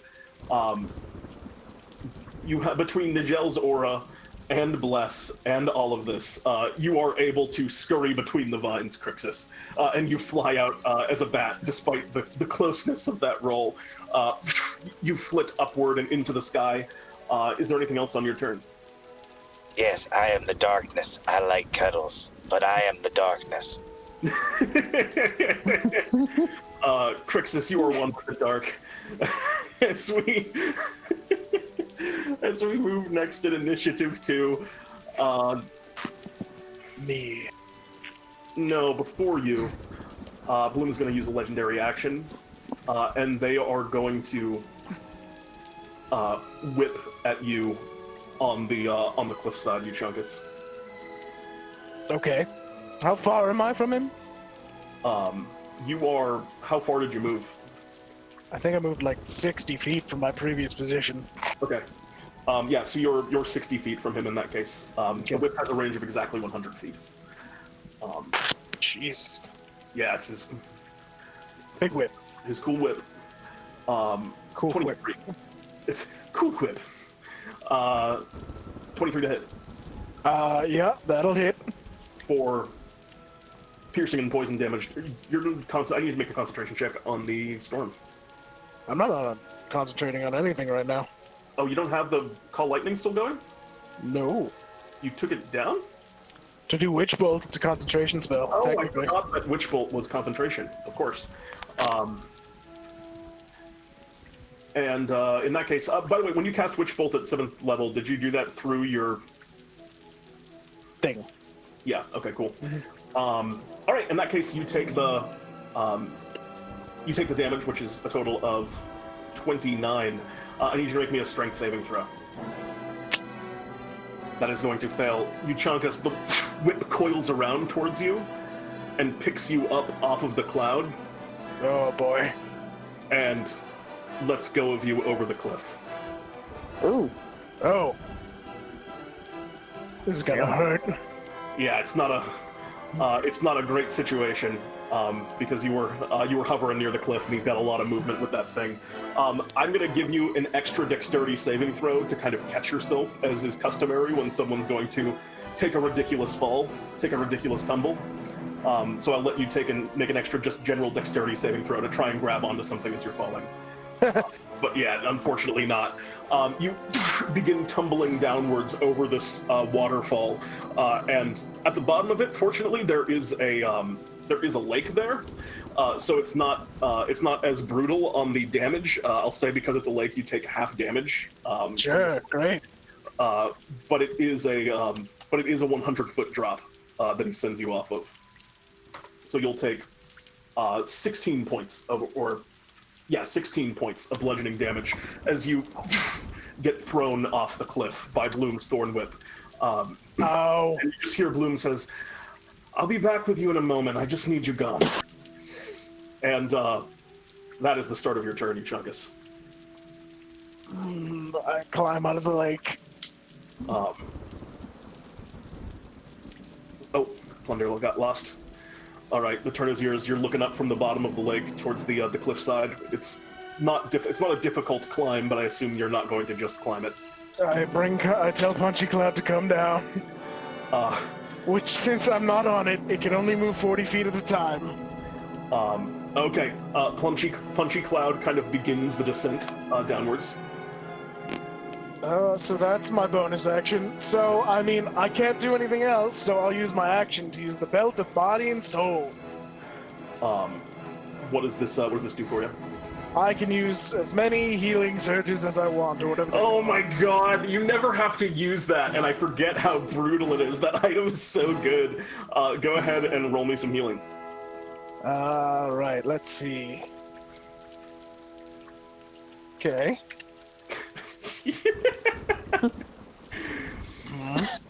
Euchaunkas, you're just there, kind of like drying off some of your priestly robes, and you look down at your belt, and you just like, I imagine you're just like hitting a button on the belt, like, nope, not enough.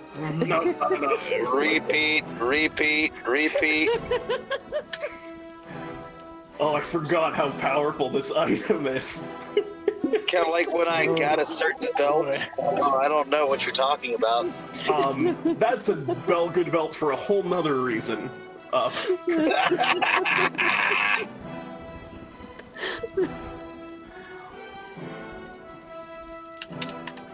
nice. Huh?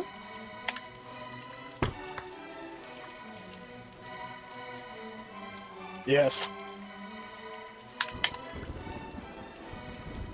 He's gonna healing surge until you're good.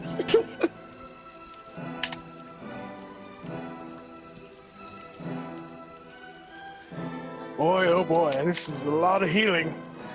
Oh my god, is this... Why don't we just say you're full of HP? I was at 1.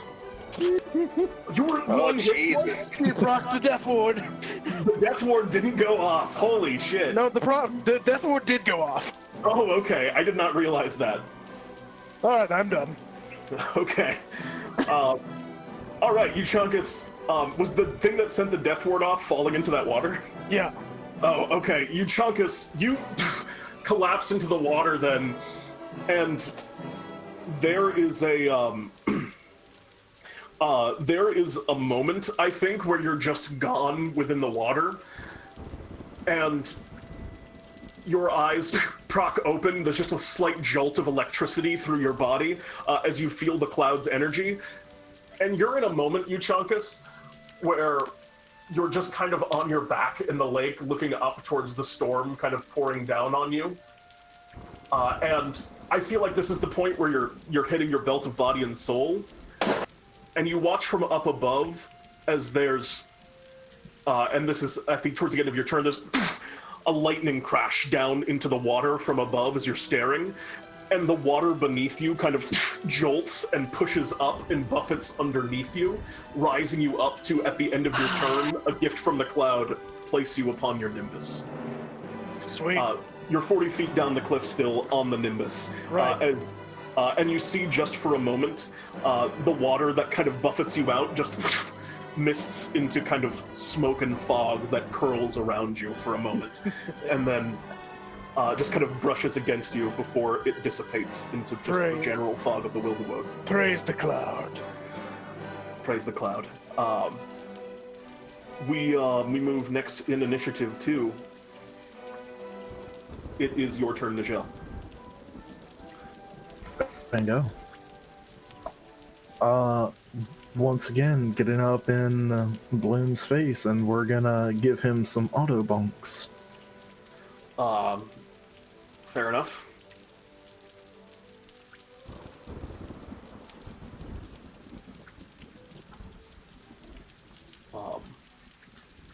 That is going to be... You can't avoid that, can he? No, he can't do anything. Even like with that. his pedals thing. The pedals ignores damage from attacks, so he could ignore it with the pedals, but you could only ignore one of them still. What's wild is that the Gabolg didn't fall out when he used his pedals, but I didn't think of that at the time, even though it makes sense, so I guess canonically, the Gabolg does move with the pedals. Is spiritual weapon at 24 to hit. 24 does hit. Again, you haven't missed Bloom yet, despite his 22 armor class. Bingo. And what the totals are with all those reductions. Will do. I know it's a confusing chunk of damage. What does it look like when, like, because these are automatic hits, so could you describe to me what it looks like when Nijel does this? There's just like this long wooden bit protruding from a nasty gaping wound near Bloom's head and shoulder area, and occasionally when Nijel grabs it to wrench it around inside the wound it's stuck in, it just starts exploding out in beams of light. You can see some of the veins arcing through the flesh, but mostly it's the like muzzle flash coming out of the wound. Excellent. And as these wounds are dripping and kind of just they're kind of, it's becoming a sickening sight of the blood red of the lilies that are here on Bloom are just growing more and more drenched as blood's kind of soaking down through. And the blood that he's bleeding is kind of a deep green, actually. Not red, my apologies. As it's kind of pouring out of him, and Bloom's kind of now coughing up a bit as he takes, oh my goodness, 67 damage. Yeah, Bloom's in very much starting to look pretty ragged. And at the end of your turn, he's just going to swing out and just send another haymaker towards you, Nijel. Does 24 hit you? Oh, to be sure. Okay. I know that's pretty close, though, isn't it? Aren't you also 22 or 23? Only 21. Oh, 21. I thought you were higher than that, I guess. 29 points of bludgeoning damage as he strikes into you. And that's going to be all for that legendary action. We move around to the top of the initiative where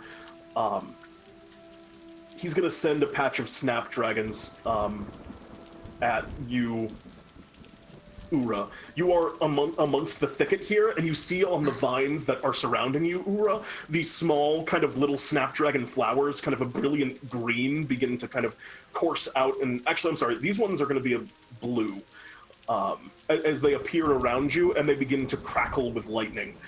And Bloom kind of looks at you. A taste of your own medicine. I need you to make me a dexterity saving throw. Okay.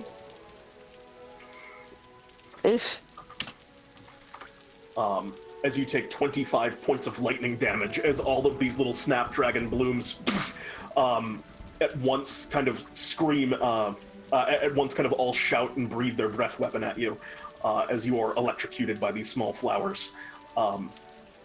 They might do that, but I still get to do Wrath of the Storm. That's true.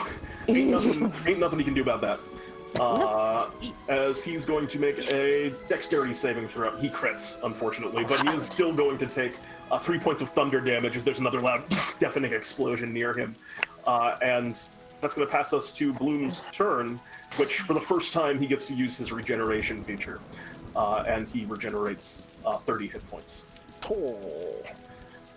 Yeah, it's a good thing. It's a good thing you've been doing it the way that you have. And you watch as some of his wounds kind of pull back over, and he's still in like terrible shape at this point, but he's a little bit better.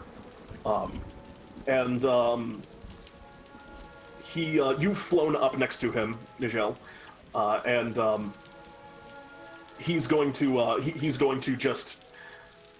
I think he's just going to hammer away at you, Nijel. He's going to make 2 swings. Oh, he critically fails!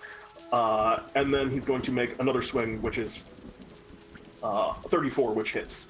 The first one, Nijel, you're starting to get the weight of his... I keep forgetting to roll for his berry as well, his recharge. Yeah, he does not. You're starting to get like the weight and timing of these giant fists. In the first one, you're able to buff it aside, actually pretty easily with the shield. But as you expect the whip, the second fist comes in and just connects, clocking you for another 31 points of bludgeoning damage. And you never give up on your aura of purity, which is very impressive that you've all managed to hold on to all of your concentrations for so long. And that's going to be all for Bloom's turn as we move next in initiative 2. That's going to be Ura. Uro, you're in a terrible tangle of vines. Bloom and Nijel are locked in an aerial battle, 60 feet above you right now.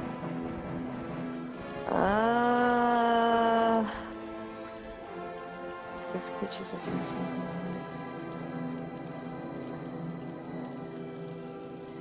Okay. Being that I don't want to take up any type of attacks due to this nice little thicket I'm in right now, I'm going to stay where I'm at. So I am going to cast Prayer of Healing. I haven't used any level 3 spells, have I? Prayer of Healing is a 10-level cast. Yeah, sorry about that. Okay, alright, never mind, let's not do that then. Eeny, meeny, miny, mo.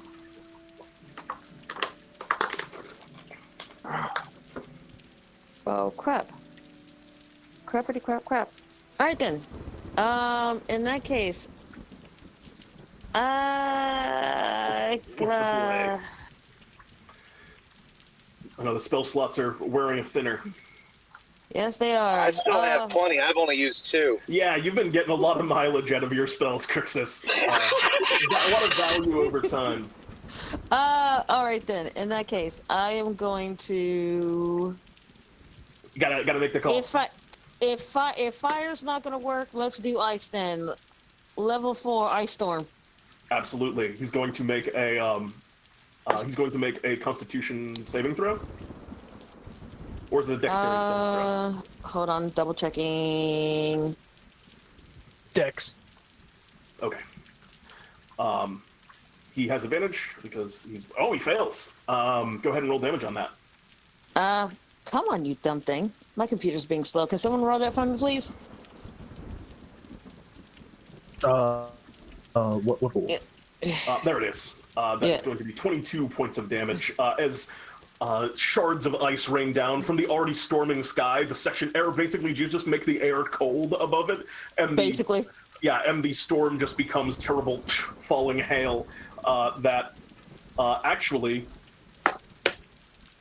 does negate his regeneration. It's fire or cold for Bloom because he's a plant. Plants are fragile, and 22 points of damage as the shower continues to rain down, and he wants to use Petals on the Wind, but he's also there's a lot of stuff that could be bad that could happen to him, so he'll take the hit. You buffet him with hail from above. Anything else on your turn, Ura? Nice round. I'm going to... Yeah, no, it's going to be the end of my turn. That's going to, in that case, bring us to... he's going to use a legendary action here. And he's just... what is he going to do? He is going to make an unarmed strike against your Periton, Nijel. If you can hit it. Oh, 17 hit? Oh, yeah. That has 12 AC. I was only trying to hype him up. And okay. Oh, no. It had exactly 37 hit points. Nijel, the Periton, your steed falls unconscious. Does it... is this a greater steed that disappears when it... It is a greater steed that explodes into a sudden cloud of sulfurous fumes. Nijel, you are in a difficult spot as you are falling down now, not just off the... Can I make athletics to maintain holding onto my spear? I'll let you make a dexterity saving throw. Because I think this is a bit of a more sudden thing, and it's about reflex rather than just power. Which you succeed. Nicely done. Is a good thought there. So as you were falling down, you were about to fall down not just to the ground, but into a terrible tangle of thorns.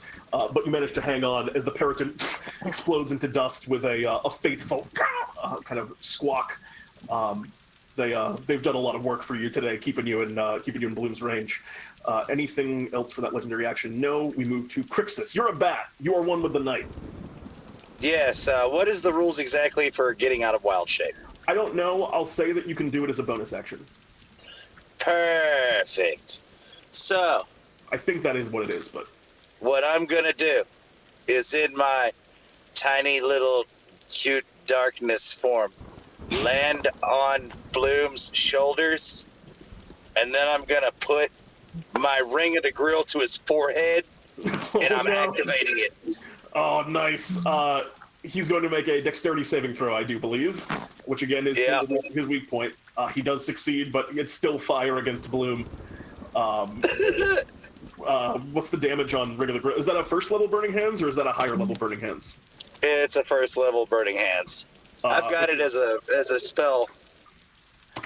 I mean, you're gonna always have the damage. It's okay. This a very poor damage roll. I rolled a 4 on damage, so it's with the save. It's 2 points of fire damage. But the thing is, Krixus, is it's 2 points of fire damage done directly to Bloom's hair because you're on his shoulder now.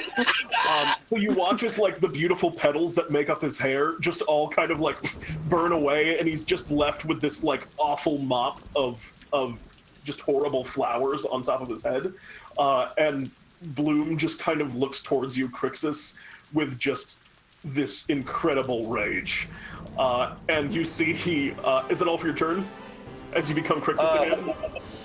Actually, I'm just gonna jump off of his shoulders. I don't care. Towards the... Totally worth it. Are you sure? There's thorns on the ground.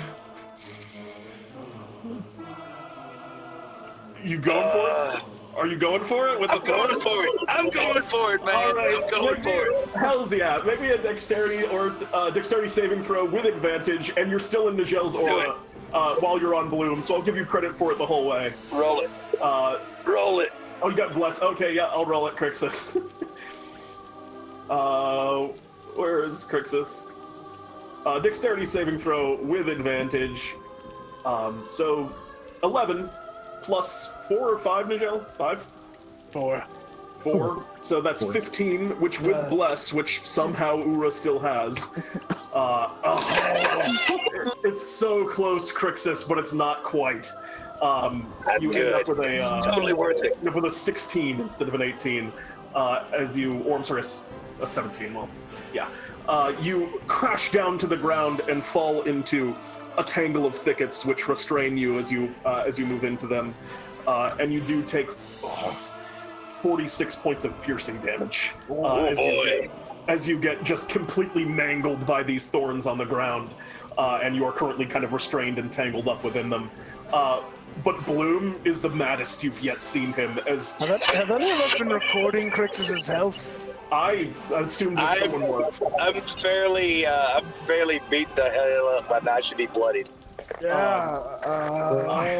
I should be pretty close. This is a mistake on Krixus. We're gonna roll. I know you've taken 46 hit points.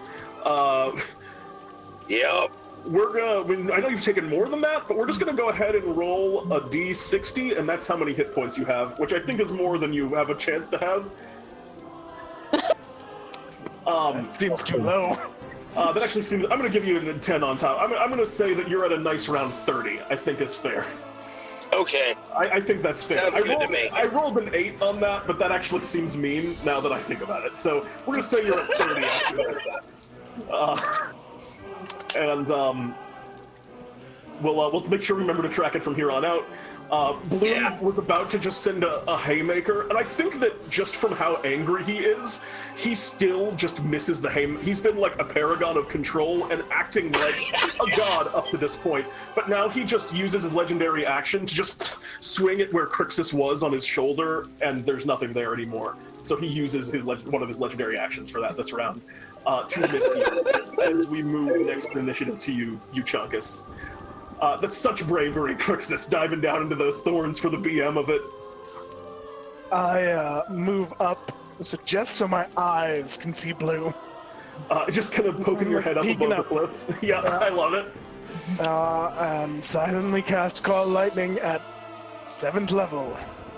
Oh, okay. I want you to make me a... Oh, God. I want you to make me a stealth check with advantage.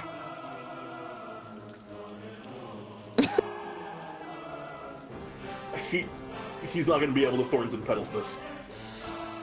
That's unfortunate for him. Because you were up from the cliffside, he didn't know that you would have gotten an extra just like tap from the cloud to get back up, and you rolled a 20 on stealth. So I think you actually avoid his knowledge with this.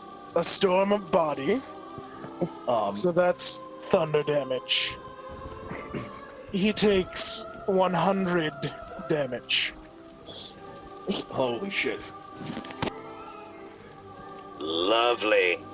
Can you describe this strike to me, Euchaunkas? It's not enough to finish him off, but please tell me what this looks like as you just poke your eyes out. What's the look here? I think as it's coming down, I'm sort of slowly, like in the slow-mo shot, I'm rising up and the lightning's like crackling through the sky and then down.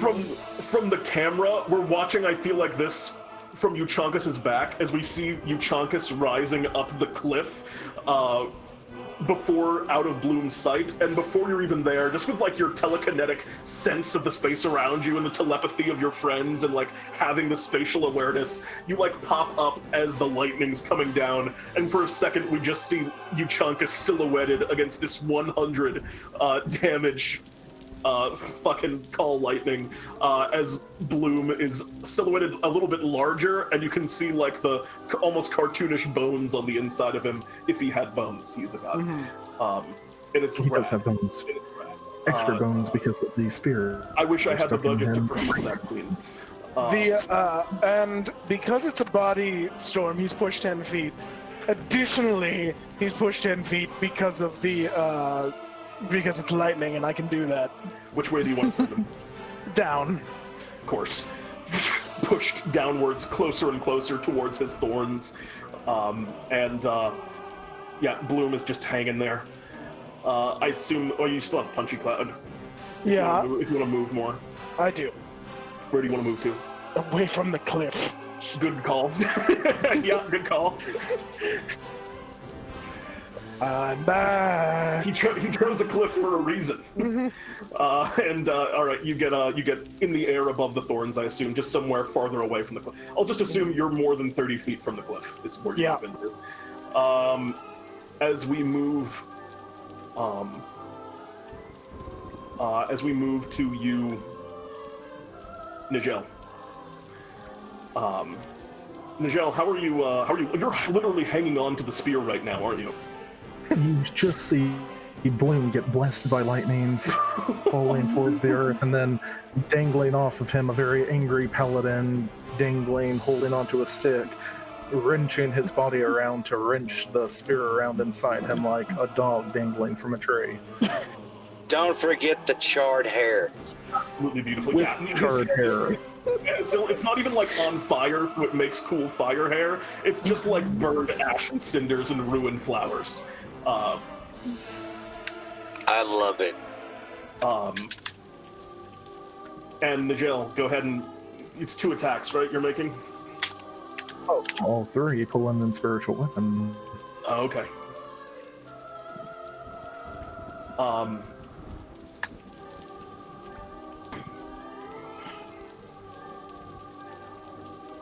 Spiritual weapon I actually missed that, does miss. but Bloom I gets choose missed to for the hit first time. instead because I'm a conquest paladin.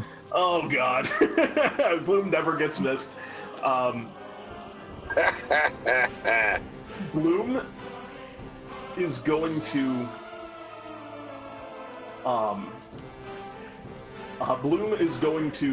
on that first strike, unfortunately for him, use a Petals in the Wind, and teleport down into the thicket as he becomes Petals and then just appears within it, Nijel. And you are dangling off of him, so you are also precariously close to this thorn thicket, although he's tall enough that you're like a little bit above it right now as you're holding onto the spear. But it seems he wanted to get you closer to that. What's the total? 35 points. 35 points. Bloom has already used, as you just explode with this radiant energy from this ever-striking Gable, Bloom has already used some pretty heavy stuff to legendary action this turn, so all they have left is one punch against you, Nijel, which misses, actually, for the first time. He goes and swings up to you, or actually second time, and it glances off of your armor. You're kind of dangling off of him, and it's just an awkward angle, so he can't connect, which I believe that's all for your turn. Krixus needs a beam up. That is going to bring us to... Oh, I know what Bloom is going to do. I want you to, for the lair action, I want you to make me a dexterity. He's finally found the right time for it. Planner I want you to make... I want you to make me a dexterity saving throw, Nijel. You watch for the first time as Bloom uses this lair action as he makes buttercups. From off of his body, Nijel, and around your spear, you watch as these small kind of bright yellow buttercups grow and send out these spores which make the Gabolg slippery, and you fall prone, letting go of the Gabolg and falling into the thorns below.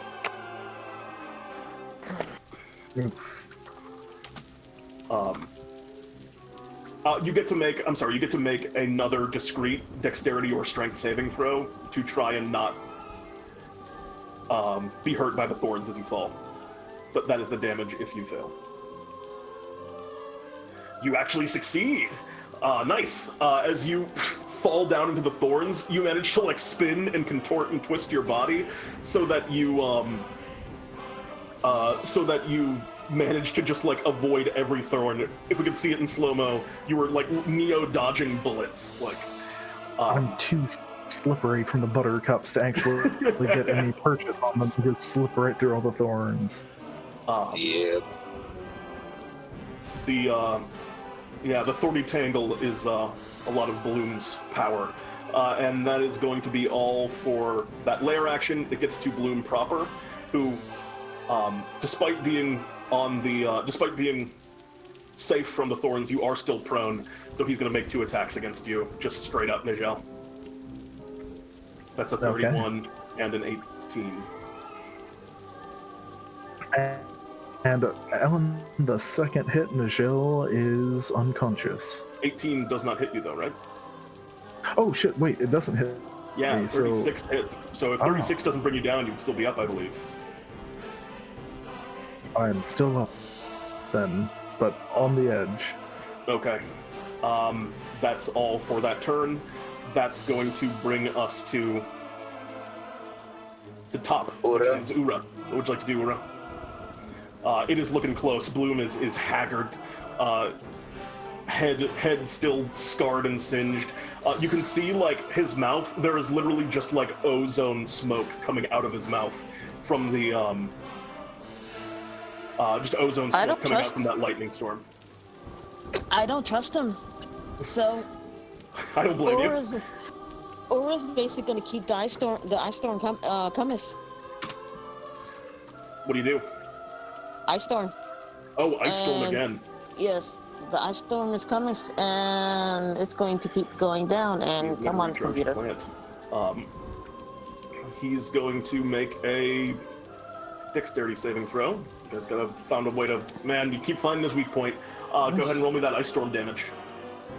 As soon as my lovely computer... Thank you.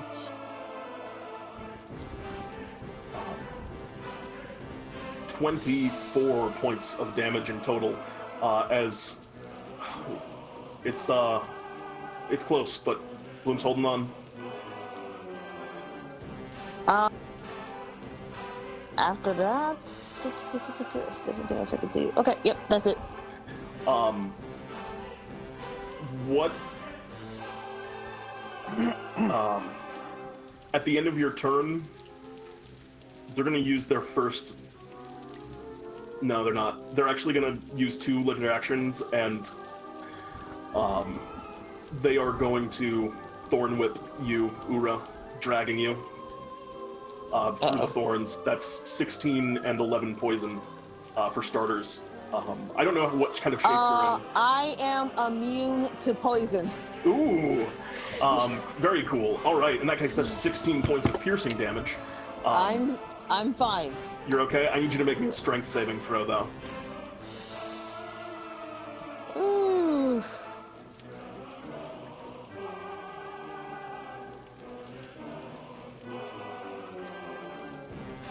And now I need you to make me either a strength or dexterity saving throw, as Bloom is just dragging you along the thorns on the bottom of the space here. And let's go dex.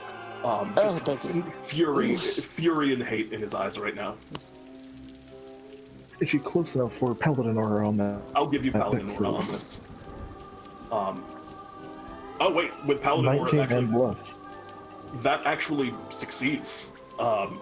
Ura, you're getting like pulled along by Bloom along the flowers, and you're leaning into it, like flying and spinning and ducking in between thorns in a feat of dexterity, perhaps one of the most impressive things you've seen since Nijel just did a similar thing where he flipped around 3 times in the span of like a 5-foot drop.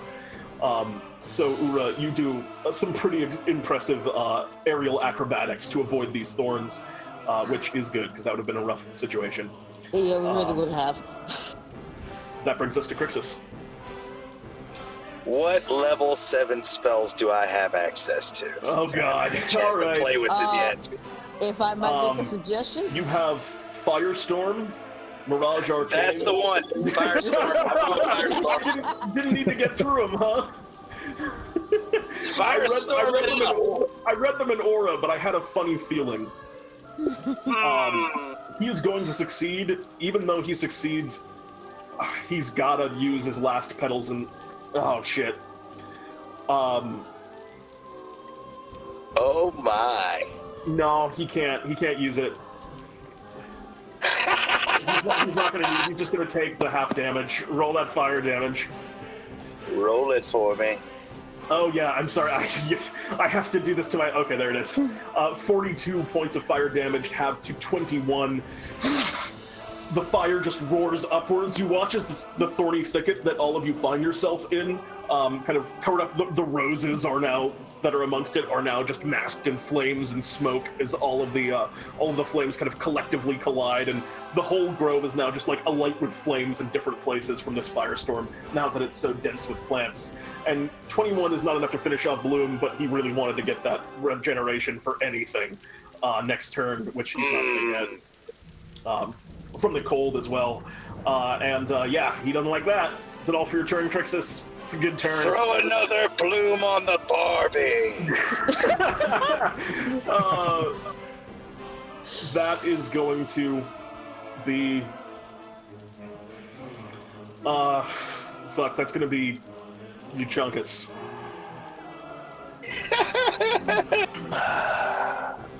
I fly directly at him with my move. Mm-hmm.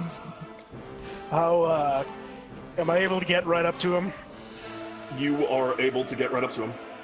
I bite him. uh-oh. Oh no.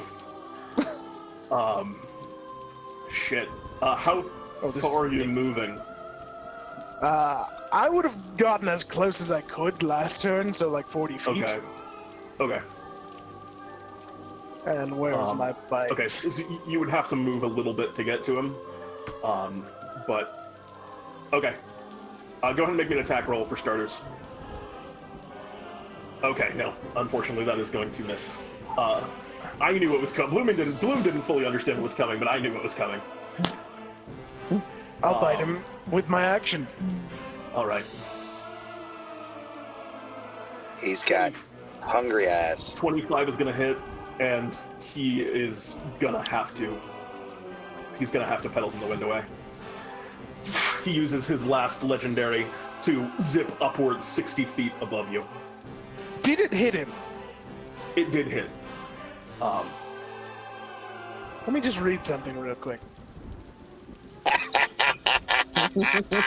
I'm gonna choose for that to have been a baneful bite. Yeah, I guess he can only use it on one effect.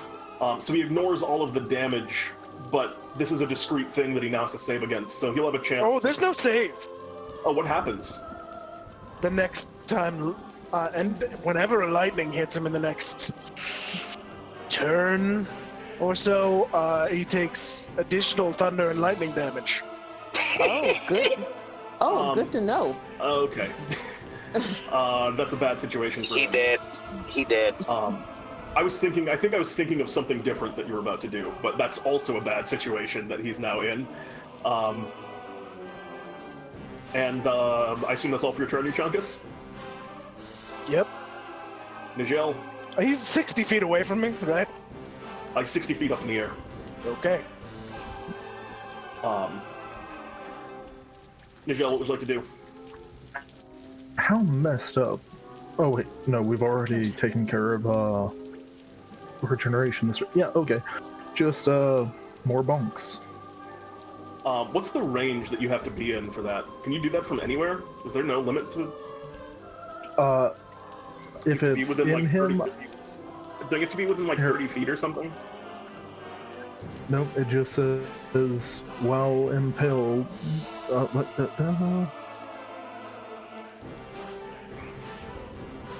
On subsequent attacks against the creature that is impaled, they automatically hit, and it automatically returns to my hand if they're slain, which doesn't have any range listed. I would assume the spear range, but 60 feet is within spear range, I do believe. Damn, that is wild. Yep. All right. Go ahead and make those attacks. Would be the first attacks that are not smiting.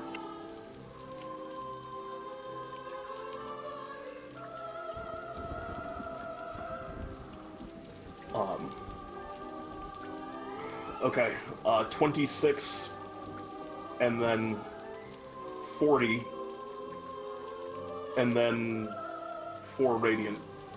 Or actually, that's halved in a slightly worse way to 3 radiant. So 43. All right.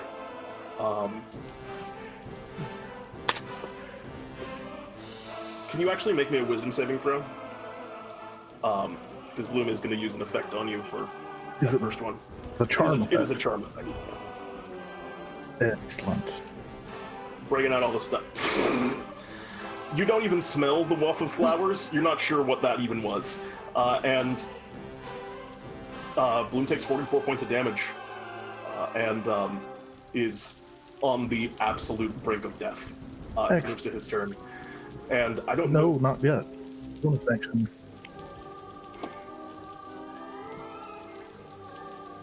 That was just the cable kits there. Oh.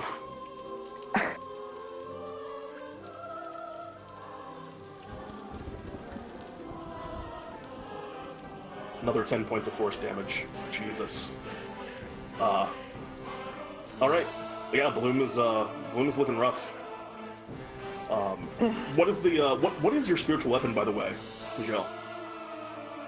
This time, it's just like a black shadow, almost a storm cloud of those blighted feathers from his skeletal wings, given a more autonomous form. Absolutely righteous. And those are now just kind of like hanging over Bloom right now, who's like, he's floating, and the way he floats is just sort of a strange hovering, but he's so like exhausted and beat, his arms are at his side, he's like leaning backwards, and these like skeletal wings are hanging over him like just a mask of death. Burned. And it's his lair action, and it may be his final one, and depending on how this goes, I don't know what health you're all at, and I didn't ask. In the interest of fairness, but he's going to create on the ground the plants and the thorns that are still unburnt around those of you who are on the ground level. Are any of you at less than 30 hit points? Or 30 hit points or less? I know that you are Plunder. Nijel, you're at 11? Indeed. Ura's at 19. You watch as these light purple blooms kind of grow off of the plants around you, and they just have this calming scent. And as you're looking up at Bloom, there's still fury in all of you, but each of you find that you are kind of waning, and each of you kind of just drift off to a very peaceful sleep as you find rest here in this moment, as the calming lavender lulls all of you less than 30 hit points to sleep, which is in this case all of you. Yep, not all of us. Yeah, I'm sorry. Save one. Get him, Cloud Brother. Get him. You've gained a lot of hit points. You're very far away. On Bloom's turn, does he recharge his cool move? He does not. He's going to send his Rose Whip at you. Strength save. He drags you up towards him. He's flying down towards you, the extra distance, as he meets you in midair and is going to smack you. That's 30, and he's just shouting on you. The cloud will 17 fall. doesn't hit me. Oh wait, 17 misses. That's not advantage. He's just shouting at you, the cloud would fall! And you go and he goes and strikes into you. You're wielding a shield, right? Yep. It just buffets to the side as you clash, and you're now immediately adjacent to Bloom as everyone is unconscious save you, and it passes to your turn, Euchaunkas. I don't think so, Bloom. I call lightning. How much damage? Roll the damage. I don't need to roll the damage. Oh yeah, okay, well just tell me the damage. He fails to save as well. 124. He did! Would you care to describe the killing blow on Bloom? I think we're right up. He's like got me basically. He's holding me. Yeah, he's got you. You're coiled up in the whip, and he just bring you in and tried to like just get this last strike to finish you off with his most powerful punch he could bring, and you block into it, and you're basically like you could hug him if you wanted to, like. I think it's there's an obvious lightning rod on him. The lightning channels into Gable. Oh, hells yeah. And just goes through his body, and then as that's happening, I think I just bite into him. Spicy. You, as you can see what looks to be like just this small line of like crackle where the Gable is already like, lightning already wanted to strike here. And then you just look up to the cloud and you just tell it where to deliver, that now is the time. It comes down, there's just another explosion of light. I think like the shockwave from it wakes all of you up as you see Bloom just being like electrocuted in the sky, arms outstretched, and Euchaunkas' teeth sunk into him, just like tearing out a shoulder at the same time. Just primal anger as these two just ancient forces, honestly, in both cases. What size creature is Bloom? Huge. I eat him. And as this lightning storm happens, you watch as you reduce the creature to 0 hit points. There's just a moment where Euchaunkas swells and engorges his mouth, and then Bloom is just gone in the silhouette. And Euchaunkas, Euchaunkas, the punchy cloud, kind of flies over and catches you underneath. And good punchy cloud. The lesser god of flowers is no more.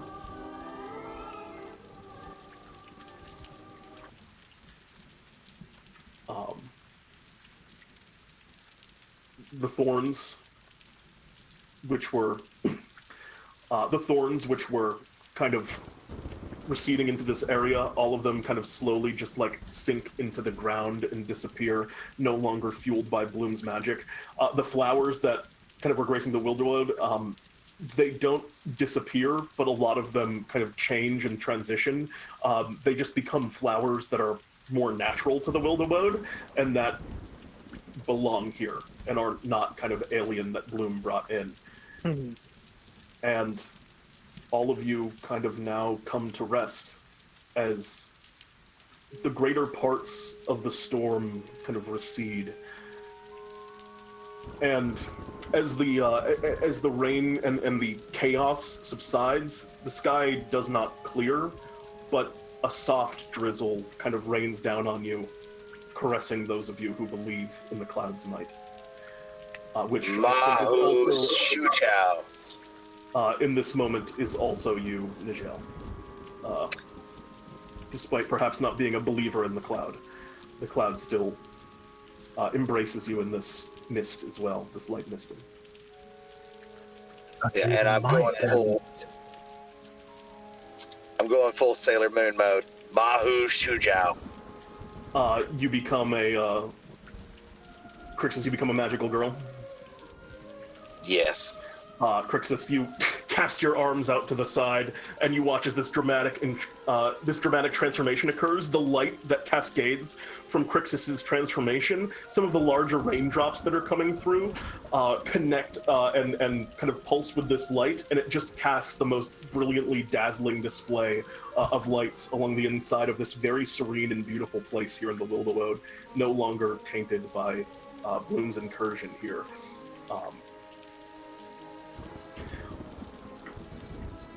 And with that, Bloom is no more. Bloom is somewhere inside of you. I threw him into the part that gets destroyed. Okay. In that case, Bloom is just annihilated.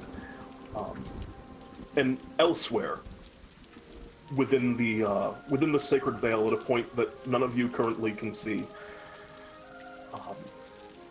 Bloom has worshippers. He is at this point a greater god, and that personality of Bloom has now been destroyed. But a small flower grows, the bud, and as it kind of opens and blossoms into something that will one day become a god of flowers, as there must be a god of flowers, you see as the bud kind of blossoms, there's just a light hanging of mist about it. You have successfully killed a god, and put it under my god's domain. Yes, our god's domain. Is there anything? Is there anything that you guys do to celebrate? I mean, this is where our adventure comes to a close. You gain no experience, and you gain no loot, except for, I guess, another god that's kind of within your god's domain now. In addition to being a god of flowers, I think that's gonna do it for us here. I don't think there's anything else to do. So with that, I'll just say thank you very much for playing, you guys. Yeah. That was a lot of fun. Job well done, everyone. He's dead. Finally, we killed Bloom. Bloom was an Empyrean. Which is a powerful enemy. So that was the old CR-23 that you fought. Wow. That was then buffed. So. Damn. Yeah, congratulations on your victory. This was a special Pete and Jeremy's D&D time. This is a special D&D time presentation. There might be like one or two more of these on Sundays at some points. As we're going through, because there's so much to do towards the end. Thank you to everyone who tuned in and hung out. I love you all very much, and this is that's all I got. Thanks for playing again, guys. Yes. I'm Thank Pete. you. Anytime. Jeremy is Jeremy, and he's Pete. And Data is hiding under Jeremy. Pete.